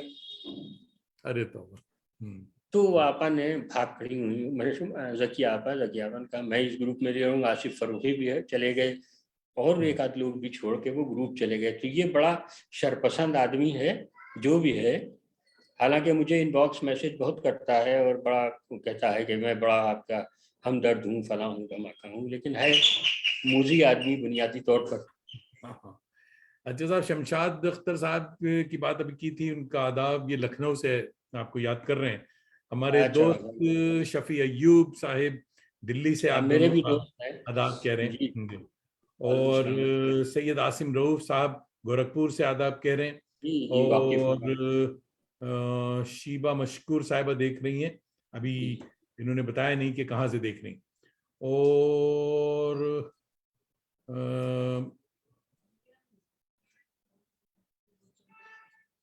सैयद आसिम रऊफ कह रहे हैं कि मोहसिन भाई, खंजर साहब का अगला निशाना कहीं आप ना हो। तो हो सकते हैं। हाँ, जो हो अभी सकता मैंने है।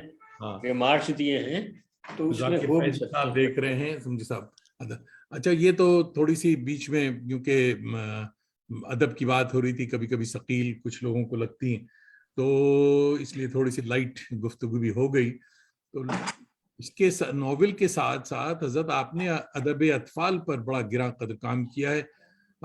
इसका बताएं कि ये बच्चों के अदब का ख्याल, आप कहानियां लिखते लिखते बच्चों के अदब का ख्याल क्यों कराया?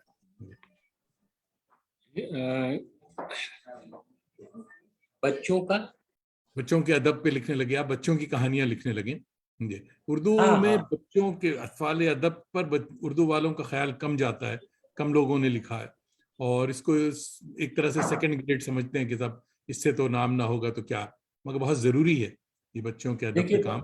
हाँ देखिए, आपको याद होगा, और ये हमारे जो गुलाम अब्बास साहब ने बच्चों के लिए कहानियां लिखी, हम्म, राजेंद्र सिंह बेदी ने भी लिखी, इस्मत आपा ने भी लिखी, हम्म, और शानुल्लाह खाकी साहब ने बहुत उम्दा बहुत। नज़में लिखी।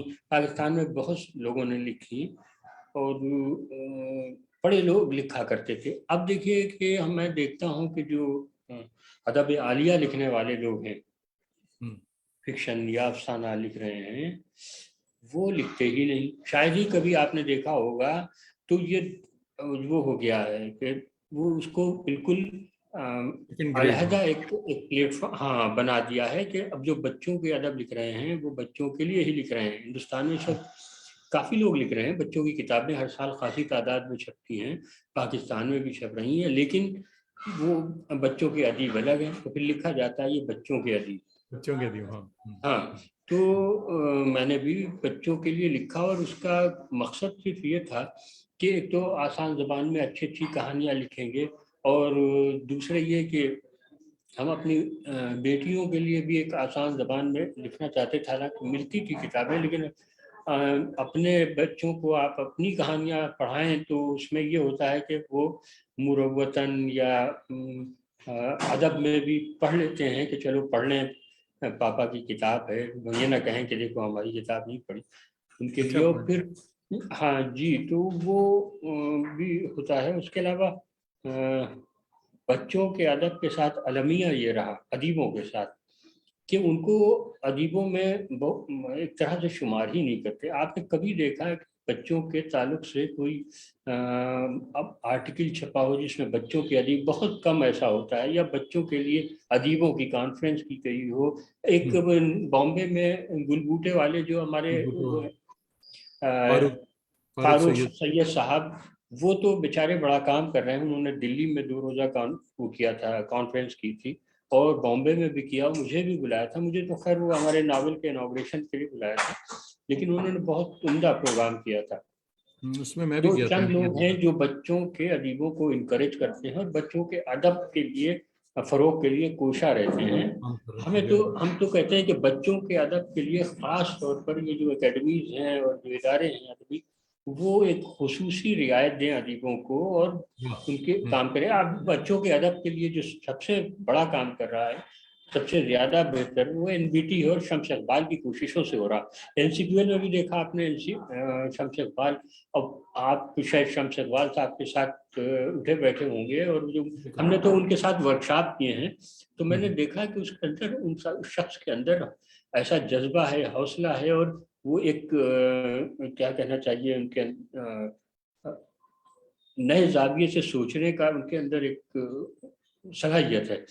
तो वो तो कर रहे हैं और वो खूब कर रहे हैं, और लोगों से फ़ोन कर कर के बच्चों के अदब के ताल्लुक से बात करते हैं, उनसे लिखवाते हैं नए नए मौज़ूआत पे। तो ऐसे लोग कम हैं अब जो बच्चों के अदब पर तवज्जो देते हैं, उसकी तरबियत की बातें करते हैं।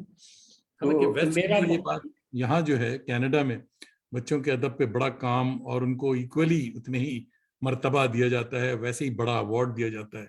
ये नहीं कि साहब बच्चों पे किताब लिखी है तो कोई अवार्ड तो दे दिया, वो वैसा नहीं है जैसा किसी नॉवेल या किसी ड्रामे पे दिया गया। नहीं, उसकी वजह जावेद दानी साहब देखिए, वैसे तो अदब में चाहे अदब आलिया हो, उसमें आपको हासिल तो कुछ होता नहीं है, अर्निंग तो है नहीं, कुछ माली फायदा नहीं। आप किताबें छपाइए, बांट दीजिए, और जो सब आपको जो हासिल है उसका वो वही है, जो तारीफें हैं लोगों की, वही आप समेट के रख लीजिए। कुछ तमगे मिल जाते हैं, कुछ सर्टिफिकेट्स मिल जाएंगे, कुछ गुलदस्ते मिल जाएंगे, ये सब सजा के रख दीजिए, लोगों से बताइए मेहमान आए कि देखिए ये मुझे फलां एजाज फलां काम के लिए मिला था, ये है। तो बाकी तो कुछ हासिल नहीं। लेकिन अंग्रेजी अदब की जो आप बात कर रहे हैं, तो जाहिर है कि वहाँ एक अंग्रेजी के अच्छे राइटर, जो बड़े राइटर हैं, उनकी अर्निंग कितनी है, कितना कमा लेते हैं कि पूरी दुनिया में उनकी किताबें पढ़ी जाती हैं। हैरी पॉटर देख लीजिए आप। ये हैरी पॉटर का आप जिक्र किया, मुझे जब हमने भी नॉवेल पढ़ा अल्लाह मियां का कारखाना, तो जो पहला जहन में मेरे इमेज आई तो वो हैरी पॉटर की थी। और मैं बड़ा मुस्कुराया, हंसा भी पढ़ के कि हमारा मोहसिन खान जो है वो जब लिखता है अल्लाह मियां का कारखाना तो सिर्फ वाह वाह होती, मगर रोलिंग जब इसे हैरी पॉटर लिखती है एक बच्चे की कहानी, तो उसमें वो करोड़पति क्या मिलीनियर बिलियनर बन जाती है। और उसमें मगर उसके बावजूद यकीन मानिए मुझे जिब्रान का कैरेक्टर ज्यादा ईमानदार और ज्यादा जिंदा और ज्यादा पसंद आया बजाय हैरी पॉटर। हैरी पॉटर को बच्चे देख के तो बड़ी तारीफ कर रहे हैं, मगर हैरी पॉटर की कामयाबी में हैरी पॉटर की कहानी से ज्यादा उसकी लाइमलाइट, उसकी उसकी रोशनी, उसके मेकअप और उसकी जो प्रेजेंटेशन है, उसने कमाल किया। जबकि वो सीरीज बन गई, फिल्म में बन गई। अगर अल्लाह मियां का कारखाना भी कोई ऐसा मिल जाए कि उसको उसी तरह से पेश करे तो बिल्कुल हैरी पॉटर हो सकता है, जिब्रान भी। तो ये फर्क तो है, मगर मेरे नजदीक जिब्रान ज्यादा बड़ा कैरेक्टर है हैरी पॉटर से। तो ये तो जनाब गजाला हैदर साहिबा देख रही हैं कोलकाता से और आपको सलाम कह रही हैं। स्वान विज शर्मा साहिबा हमारी बहुत अच्छी बड़ी गजल सिंगर हैं, को दिल्ली से देख रही हैं और तारीफ कर रही हैं कि लंबी। अतिया नफीस साहिबा देख रही हैं, कहाँ से देख रही हैं, और अभी इन्होंने कमेंट नहीं किया। और जैसे जैसे लोग आते जाएंगे मैं बताता जाऊंगा। तो बच्चों के ड्रामे भी आपने लिखे और ड्रामों पर अवार्ड भी आपको मिले, तो वो कौन सा ड्रामा था जिस पर अवार्ड, मैंने रेडियो का अवार्ड मिला था? नहीं, बच्चों के लिए तो हमने ड्रामे अलग लिखे हैं। अवार्ड मुझे मिले हैं बड़ों के ड्रामों पे। मैंने बड़ों के लिए बहुत से ड्रामे हाँ, लिखे हैं, स्टेज वो ड्रामे कौन भी सा? लिखे हैं। हाँ। और कुछ मैंने शॉर्ट फिल्म भी लिखी हैं। तो वो ड्रामे 2 थे। अच्छा, उसका एक वाकया उसका भी बता दूं, आप कहेंगे हर बात के पीछे एक वो चुटकुला और लतीफ़ा वाकया सुना देते हैं। तो अब चूंकि बहुत अच्छा बात करने बैठे हैं तो जरा सा एक बकौल शाफे, हमारे शाफे कहते हैं, वो फला आदमी, कोई आदमी अगर हंसी मजाक कर रहा हो या बेतुकी बातें कर रहा हो तो कैसा चिग्गी बाजी करता है। तो है। हम चिग्गी बाजी ज्यादा कर रहे हैं और नहीं, ये बहुत संजीदा बातें इम्पोर्टेंट कर रहे हैं। बातें हैं ये सब। बहरहाल देखिए, मैं उसका उसका एक किस्सा सुनाऊं। पहला ड्रामा जो मैंने लिखा था, तो पहला मैं उधर ही रहता था, नैयर मसूद साहब की तरफ। तो उस जमाने में रेडियो में ड्रामा कंपटीशन हुआ करते थे, ऑल इंडिया रेडियो के ऑल इंडिया ड्रामा कंपटीशन। उसमें तमाम जबानों के, हिंदुस्तान की तमाम जबानों के ड्रामे आते थे और उनमें से सेलेक्ट किए जाते थे, अव्वल, दोम और सोम अवार्ड। तो एक दिन रेडियो से अनाउंसमेंट हो रहा था कि ये सबमिशन की फला फला डेट है ड्रामे के इनामी मुकाबले की। तो अच्छा, रेडियो पर मैं सुन रहा था, तो मैंने वाइफ से कहा कि यार सोचता हूँ कि मैं अवार्ड क्यों ना ले लूँ। तो कहने लगी, क्या चंडू खाने की बातें, ये कभी ड्रामा लिखा नहीं, अवार्ड कहाँ से मिल जाए। तो खैर मैंने वो चुपके से ड्रामा लिखा, इनसे नहीं बताया कि मैंने ड्रामा लिख दिया, और वो जाके मैंने रेडियो स्टेशन पे दे दिया है। इकबाल मजीद साहब थे रेडियो स्टेशन, यहाँ से जाना था लखनऊ से वो दिल्ली, सब स्टेशन से वहाँ सेंटर जाना था। तो इकबाल मजीद साहब ने भी उस ड्रामे के सिलसिले में जो रिमार्क दिए वो बाद में उमा जी ने मुझे बताए थे, उसका जिक्र नहीं करूँगा मैं यहाँ। खैर वो ड्रामा उन्होंने भेज दिया दिल्ली। तकरीबन 5-6 महीने बाद एक दिन शौकत साहब थे अखबार में, मैं नाम उनका भूल गया, मुश्ताक परदेशी साहब, शायद आप वाकिफ होंगे, कौमी आवाज में थे। कौमी आवाज। हाँ, वो कौमी आवाज में। तो वो आए घर पे, वो दरवाजा नॉक किया, मैं बाहर निकला, कहने लगे भाई मुबारक हो, तुमने कुछ सुना? मैंने कहा क्या हुआ? हम कहने टीवी पे खबर आ रही तो फर्स्ट प्राइज मिला है ड्रामे का। तो जब हमने कहा बैठे चाय, हम कहने लगे कि तुम ड्रामे भी लिखते हो, मुझे मालूम नहीं था। मैंने कहा पहली बार मैंने लिखा। तो वो पहला अवार्ड मिला मुझको। उस जमाने में मुझे ये 92 की बात है ना, 92 में मिला था, 10,000 मिले थे और कुछ सर्टिफिकेट। वो केपी सिंह देव, मैंने आपने देखा होगा एक फोटो भी में, केपी सिंह देव अवार्ड दे रहे हैं, उस ब्रॉडकास्टिंग मिनिस्टर। खैर बहरहाल वो फिर दोबारा भी मैंने एक ड्रामा भेजा, फिर मुझे अवार्ड मिला। तो ये सिलसिला शुरू हो गया, फिर मैंने ड्रामे लिखे और वो ड्रामे हमारे पास खासी तादाद में हो गए। फिर वो वाइफ कहती रही, मैंने कहा छोड़ो यार, हम ड्रामे नहीं छप पाएंगे, हम नहीं चाहते ये बाज़ लोग हैं ड्रामा भी लिख रहे हैं, बच्चों के लिए भी लिख रहे हैं और अफसाने मुख्तलिफ इसनाफ में लिखते हैं, मुझे अच्छे नहीं लगते। एक सिंफ में आदमी लिखे और बस उसी में कुछ काम करे, ये सब चीज़ें हाथ पैर मारना मुनासिब नहीं। तो इन्होंने संभाल के रख लिए वो ड्रामे। तो वो उन ड्रामों का क्या हश्र हुआ वो मैं आपको अलहदा से बताऊंगा, क्योंकि वो भी सुन रही होंगी, इसलिए इस वक्त मैं ये नहीं बताऊंगा। अच्छा, तो जनाब दोहा कतर से हमारे बड़े अच्छे दोस्त और अच्छे शायर अहमद अशफाक साहब आदाब कह रहे हैं, और कह रहे हैं कि उम्दा जी और आदाब। मालूमाती गुफ्तगू। कोलकाता से हमारे दोस्त मंजर जमील साहब हाँ आदाब अर्ज कर रहे हैं, और मंजर बहुत ही अच्छे सोशल एक्टिविस्ट हैं, बहुत एक्टिव हैं आजकल। अतिया नफीस साहिबा सलाम कह रही हैं हैदराबाद से। हज़रत मोहतरम की शफकत हमेशा वालिद और उस्ताद की सूरत में रही है। आज लाइव देखने को मौका मिला, जज़ाकल्लाह। तो मोहतरमा आप हैदराबाद बुलाएंगी तब। हैदराबाद की हैं मेरे ख्याल में अतिया नफीस। हाँ हैदराबाद। जी हाँ, जी हाँ। लिखती हैं और तनकीद वगैरह, मजमून भी लिखा है इन्होंने नावल हाँ पे। हाँ हाँ,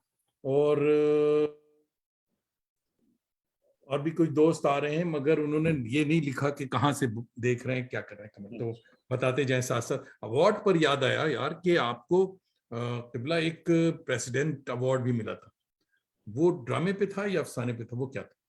नहीं, प्रेसिडेंट अवार्ड का मिला मुझे। नहीं नहीं नहीं, कोई अच्छा, वो नहीं। प्रेसिडेंट अवार्ड नहीं मिला। प्रेसिडेंट अवार्ड नहीं, मेरे हम मुझे नहीं मिला कोई।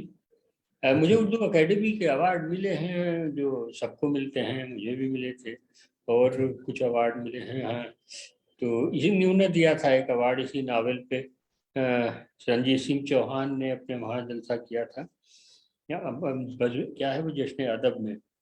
बाकी ये देखिए, अवार्ड अवार्ड क्या होते हैं, अवार्ड कौन याद रखता है। आपको याद अवार्ड मिला रखता है। था, बिल्कुल। आपने पूछा, मैंने बताया, तो कुछ लोगों को मालूम हो गया होगा, ना पता भी नहीं चलता है किसको अवार्ड। अवार्ड यही है सबसे बड़ा, कि आप अच्छी चीज लिख दें, बस, और क्या है।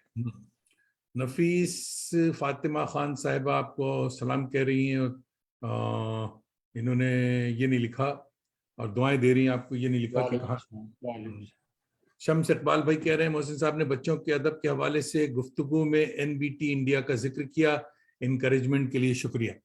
बहुत बहुत शुक्रिया किबला आपका प्रोग्राम में आने का। शम्स इकबाल भाई मसरूफ तरीन हैं मगर दिल्ली बिल्कुल से शुक्रिया शम्स साहब, बहुत में हैं शुक्रिया आपका। और अच्छे प्रोग्राम में आते हैं, हमारे करम फरमाओं में हैं, आते हैं।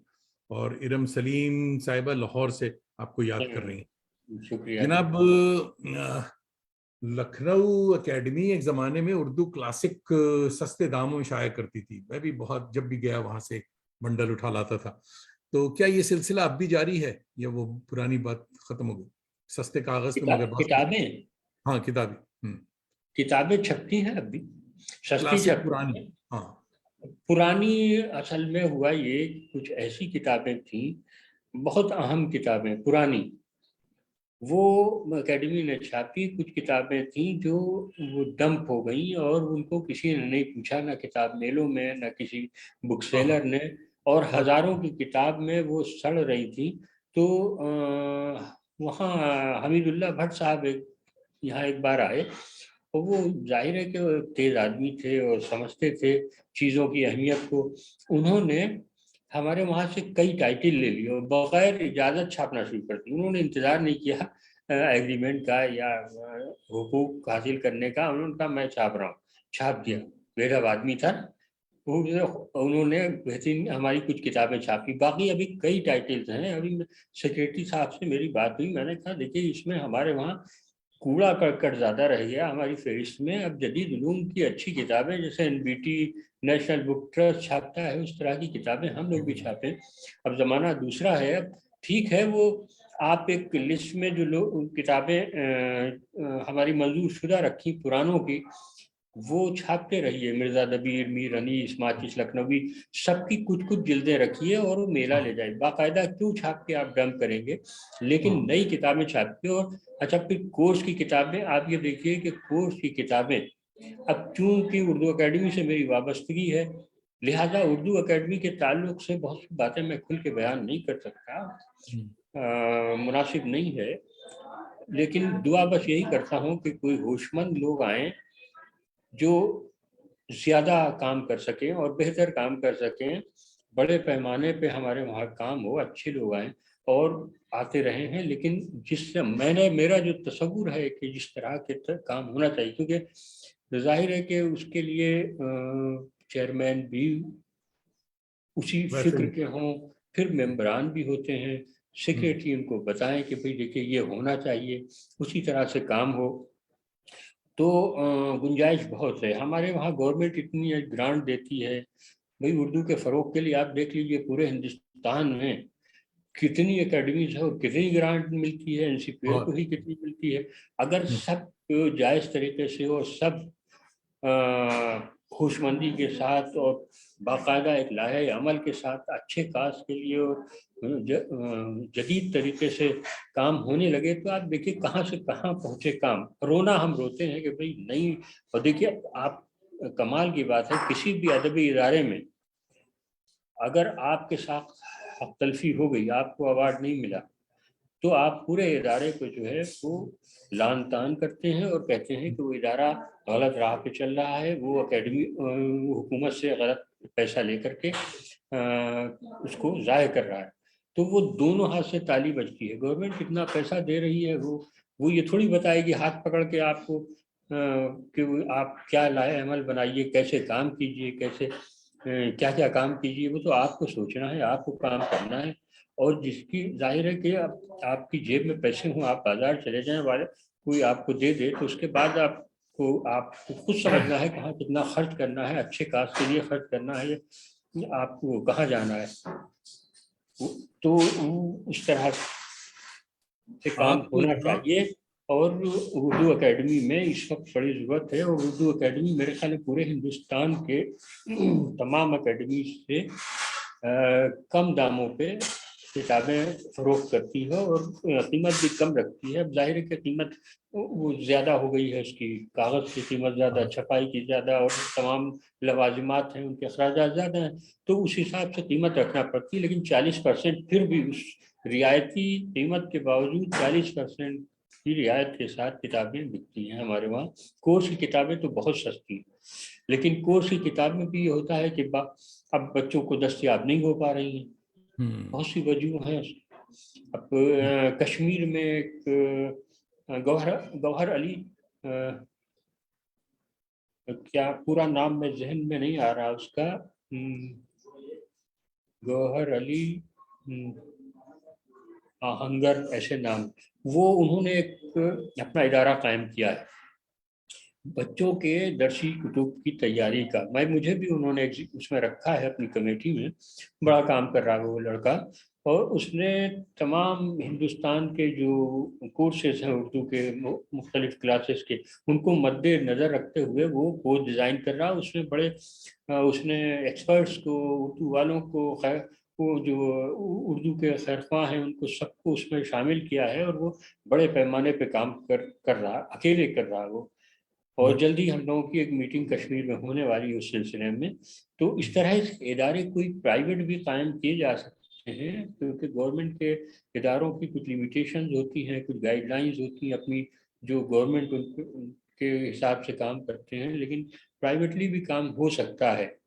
अब आप यही देख लीजिए कि पूरे हिंदुस्तान में आप नज़र डालिए तो आप देखिए कि उर्दू का उस लेवल का कोई उर्दू का अखबार है, जैसे कि हमारा ये निकल रहा है दैनिक जागरण का इनकलाब या सहारा, नहीं है ना। और ये कौन लोग निकाल रहे हैं उर्दू के ये बड़े अखबार, कौन लोग निकाल रहे हैं जो इस वक्त नॉन उर्दू वाले? हाँ, कितने सूबों से निकल रहे हैं। तो क्यों नहीं उर्दू कोई मुसलमान जो है, या मुसलमान से खैर क्या, उर्दू तो सबकी ज़बान है, वो उर्दू मुसलमानों तक महदूद नहीं की जा सकती। लेकिन जो लोग भीख्वाह हैं, जो उर्दू के ताल्लुक से सोचते हैं, पैसे वाले लोग हैं, इस नहज पे क्यों नहीं सोचते। तो एक साहब आए, अभी हाल ही में एक मीटिंग थी दैनिक जागरण में, मुझे भी बुलाया गया। ये इसके एडिटर आए थे दिल्ली से, जो सूबा एडिटर हैं इनकलाब के। तो उस मीटिंग में एक साहब हैं, वो बड़ी पार्टी के बड़े नेता हैं और कई बार वो एमपी रह चुके हैं। और काफ़ी उन्होंने एक तंजीम बना ली है अपनी, सियासी तंजीम, मैं नाम नहीं लूँगा, बड़े मशहूर आदमी हैं। उन्होंने बताया कि जनाब अखबार ऐसा होना चाहिए उर्दू का, और हमारा जो आपका अखबार है वो ये करे वो करे। मैंने कहा जनाब आप क्या कर रहे हैं, आप सियासी पार्टियां बना रहे हैं। और कभी ये आपको रोजी नहीं हुई कि आप अपना अखबार निकाल दें कौम के लिए, या उन लोगों के लिए जो उर्दू की बात करते हैं, उर्दू को फ़रोग देना चाहते हैं, वो सच्ची बात कहने लगे, सच्ची बात लिखना चाहिए और उर्दू को बिल्कुल न्यूट्रल, उसको अखबार को होके बात करना चाहिए। तो मैंने कहा ये सब खुद आप कर सकते हैं, अच्छा अखबार निकालिए, बात कीजिए। शिकायत कैसी दूसरे के अखबारों से हैं, दूसरे के दस्तरखान पे खाएंगे तो फिर जो खाना देगा वो खाइए, या वो आप उससे शिकायत करेंगे कि नहीं इसमें आपने भिंडी क्यों नहीं पकाई, उसमें आप परहेजी लौकी भी पका देते तो बेहतर था फलाना। तो ये है मामला सब, ये सब तमाशे हैं हमारे उर्दू वालों के। सब नए मेहमान भी बहुत सारे। हमारे एक ख्वाजा इकराम साहब आकर बहुत जल्दी में आपको आदाब कह के चले गए, क्योंकि वो किसी दूसरी मीटिंग में है। हाँ हाँ ख्वाजा हाँ, इकराम बता रहे साहब थे खुद जी। बहुत मसरूफ तरीन है, और ये वीकेंड जो होता है सैटरडे संडे, उनका भी बहुत प्रोग्राम होता है। तो ख्वाजा भाई का बहुत बहुत शुक्रिया कि वो तशरीफ लाए और आपको आदाब कह के उन्होंने रुख्सत चाह ली। और हमारे सैयद आसिम रऊफ साहब फरमा रहे हैं कि गोरखपुर के दो मायानाज राइटर फनकार दरख्शां साहिबा और उनके दूल्हा इम्तियाज अब्बासी साहब मौजूद हैं इस प्रोग्राम में। तो क़िबला उनका इस्तकबाल पहले हो चुका है। बहुत बहुत शुक्रिया कि आप दोनों तशरीफ़ लाए और आपकी मोहब्बत है कि मोहसिन भाई की लिए इस प्रोग्राम में आप शामिल हैं। तो दोस्तों, प्रोग्राम मोहसिन भाई जो हैं इन्होंने वादा किया था कि 1 घंटे से ज़्यादा अगर बैठेंगे तो चार्ज करेंगे, तो वो घंटा से ज़्यादा हो गया। तो आप सबों के ऊपर भी ये फीस लग जाएगी, तो इसलिए बहुत जल्दी हम इसे रैप करते हैं। एक अच्छी खबर ये बता दें कि अल्लाह मियाँ का कारखाना पर दिल्ली यूनिवर्सिटी की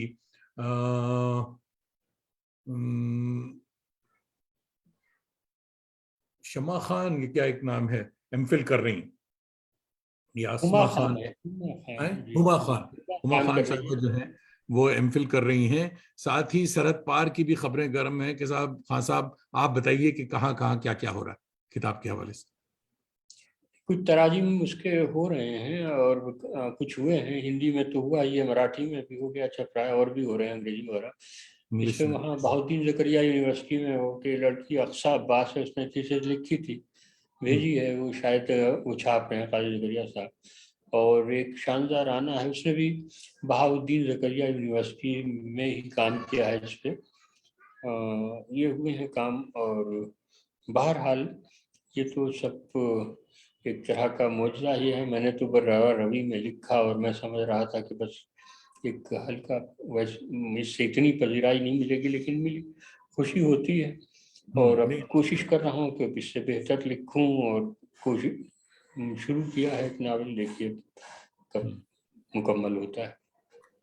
तो यानी अल्लाह मियाँ का कारखाना पार्ट 2, यानी नहीं नहीं, वो हैरी पॉटर की दूसरा तरह। है। वो एक ऐसे है, वो भी गांव के लड़के की कहानी है, गांव के शख्स की है। वो एक पैर का जूता उसका उन्वान जहन में आया है, और वो ऐसी शख्स, ऐसा बच्चा है जिसकी जिंदगी एक पैर का जूता होके रह गई है, अच्छा बेमसरफ, अनुमान, किसी बहुत काम का अच्छा। नहीं होता। जाहिर है कि वो सड़क पे पड़ा रहता है, एक दिन भीगता रहता है बारिशों में, धूप में सुखड़ के, और वो बिल्कुल टेढ़ा होके किनारे पड़ा डाल दिया जाता है कूड़े पे। तो वो बाज लोग ऐसे ही होते हैं हमारे समाज में कि जिनकी जिंदगी ऐसे बेचारों की एक बेमसरफ जिंदगी होकर रह जाती है। तो हुजूर वाला कोई अहम बात रह गई हो और आप बताना चाहें तो बिला तकल्लुफ बता सकते हैं, क्योंकि मैं बड़ा जज्बाती आदमी हूँ। भाई जरा अहम बात तो कुछ भी नहीं है हमारे पास। मैं तो गुजर बहुत हल्की फुल्की बातें करने वाला, और मैंने तो पहले ही आपसे कहा था, देखिए मुझे यहाँ ना लाइए, मैं बहुत आलिम फाजिल नहीं हूँ, और हिकमत की बातें मुझे नहीं आती। जिस मेयार के हो, जिस तरह की हो, जिस आला पाए के अभी तक शख्सियात आपके वहाँ आई, वो तमाम फ़नून लतीफ़ा से मुतालिक, जाहिर है कि वो बड़े लोग थे, और उनको सुनने वाले ज़ौक़ शौक़ से लोग सुन रहे थे।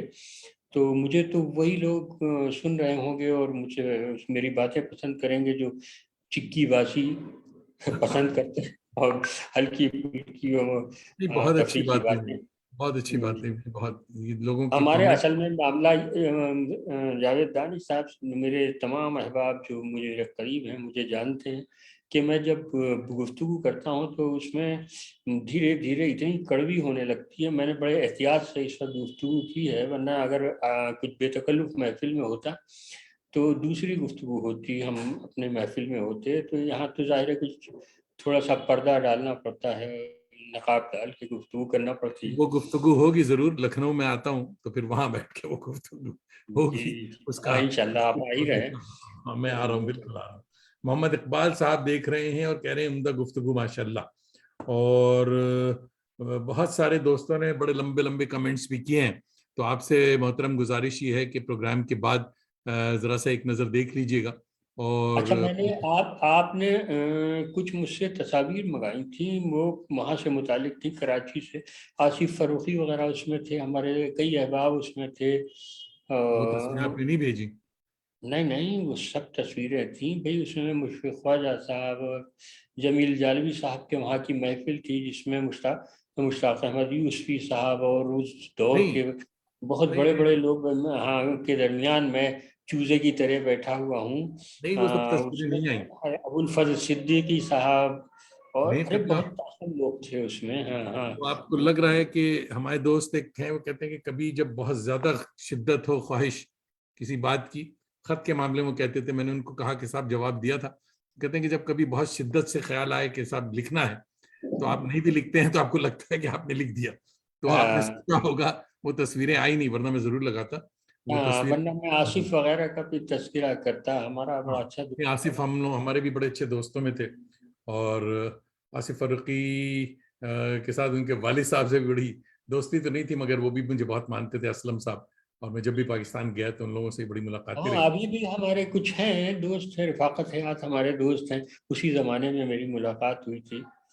हाँ। समझिए हम लोगों का वो थे, इब्तदाई दौर था। हम्म। तभी आसिफ से, ये काशिफ रजा साहब वगैरह तो बात के हैं, और हमारी हाँ। मुलाकात इनसे नहीं हुआ। हम्म। लेकिन वो उस दौर के कुछ लोग अभी हैं, मैं देखता हूँ। हाँ, अजरा अजरा आपा हैं, अजरा अब्बास हैं, अनवर सिंह राय साहब हैं, इन सबसे हम उठक बैठक रही। अजरा आपा भी बहुत मुश्किल हैं। फहमीदारी वो किश्वर नाही साहिबा, सबसे ताल्लुक अच्छे मुलाकातें थी। देखिए वो दौर है, धीरे धीरे वो दौर जो है बदल गया। और अब मैं देखता हूँ कि तनकीद हो या फिक्शन हो, उसमें बुक जो हसद और उधर आई है, और फिर लोग तनकीद भी अब जो करते हैं वो उसी की रोशनी में। हम दोस्त हैं तो यार बड़े उम्दा नावल निगाह रहे हैं। अगर हमसे इख्तलाफात है तो कहीं ना कहीं कीड़े निकाल देंगे। आज एक छोटापन हम लोगों में आ गया। मगर इस बात का जवाब हमारे अरसलान भाई दे रहे हैं पाकिस्तान से, लाहौर से, बता रहे हैं कि बुजुर्ग तो चले गए, बहुत से नहीं हैं अब साथ, मगर अब माशाल्लाह नौजवान दोस्त भी आपके बहुत सारे बन गए, यानी आपके हाँ चाहने वाले। बहुत है, हमारे ये नई नौजवान नस्ल बहुत जो है, दोस्त हैं। ज्यादा दोस्त हैं वो भी पाकिस्तान में अच्छे खासे। जी साहब। और हमारे काजी जकरिया भाई कह रहे हैं, मोहसिन भाई अपनी जात में एक अंजुमन है, इनकी बात बात में एक बात होती है। बिल्कुल किबला सही फरमा रहे हैं आप। तो अब यही कह रहा था मैं ना, जिसको मोहब्बत होती है उसे हर बात अच्छी लगती है। तो काजी साहब बेचारे हमारे हम मुहब्बी हैं, मोहसिन हैं। नहीं, काजी साहब बुनियादी तौर पे शरीफ आदमी हम बहुत जुमला बुनियादी तौर पे नहीं, शरीफ आदमी है। बुनियादी तौर पे तो क्या शरीफ आदमी है, हर लिहाज। तो दोस्त जिगर मोहसिन खान किबला हजरत, आपका समीम कल्ब से शुक्रिया कि आपने न सिर्फ बड़े मन्नत मुरादों के बाद वक्त दिया, बल्कि हमारे इल्म में मजीद अजाफा भी किया। दोस्तों, आप सबका भी फर्दन फर्दन शुक्रिया कि हर हफ्ता शंबा की शब आप हमारी आवारगी को वक़ार बख्शते हैं, साथ ही अपनी मोहब्बत और दोस्ती का भरम भी रखते हैं। अपने अहबाब और अजीज़ों को भी आवारगी पे मायल किया करें, वो चाहे सरहद के इस पार हों या उस पार।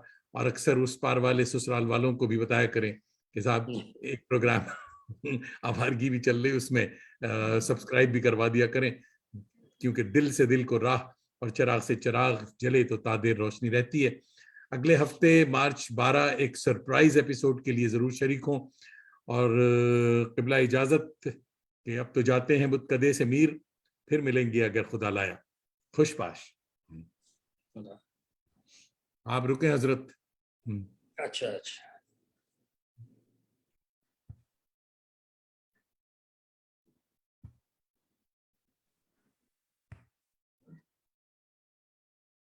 हाँ भाई। एक मिनट, एक मिनट।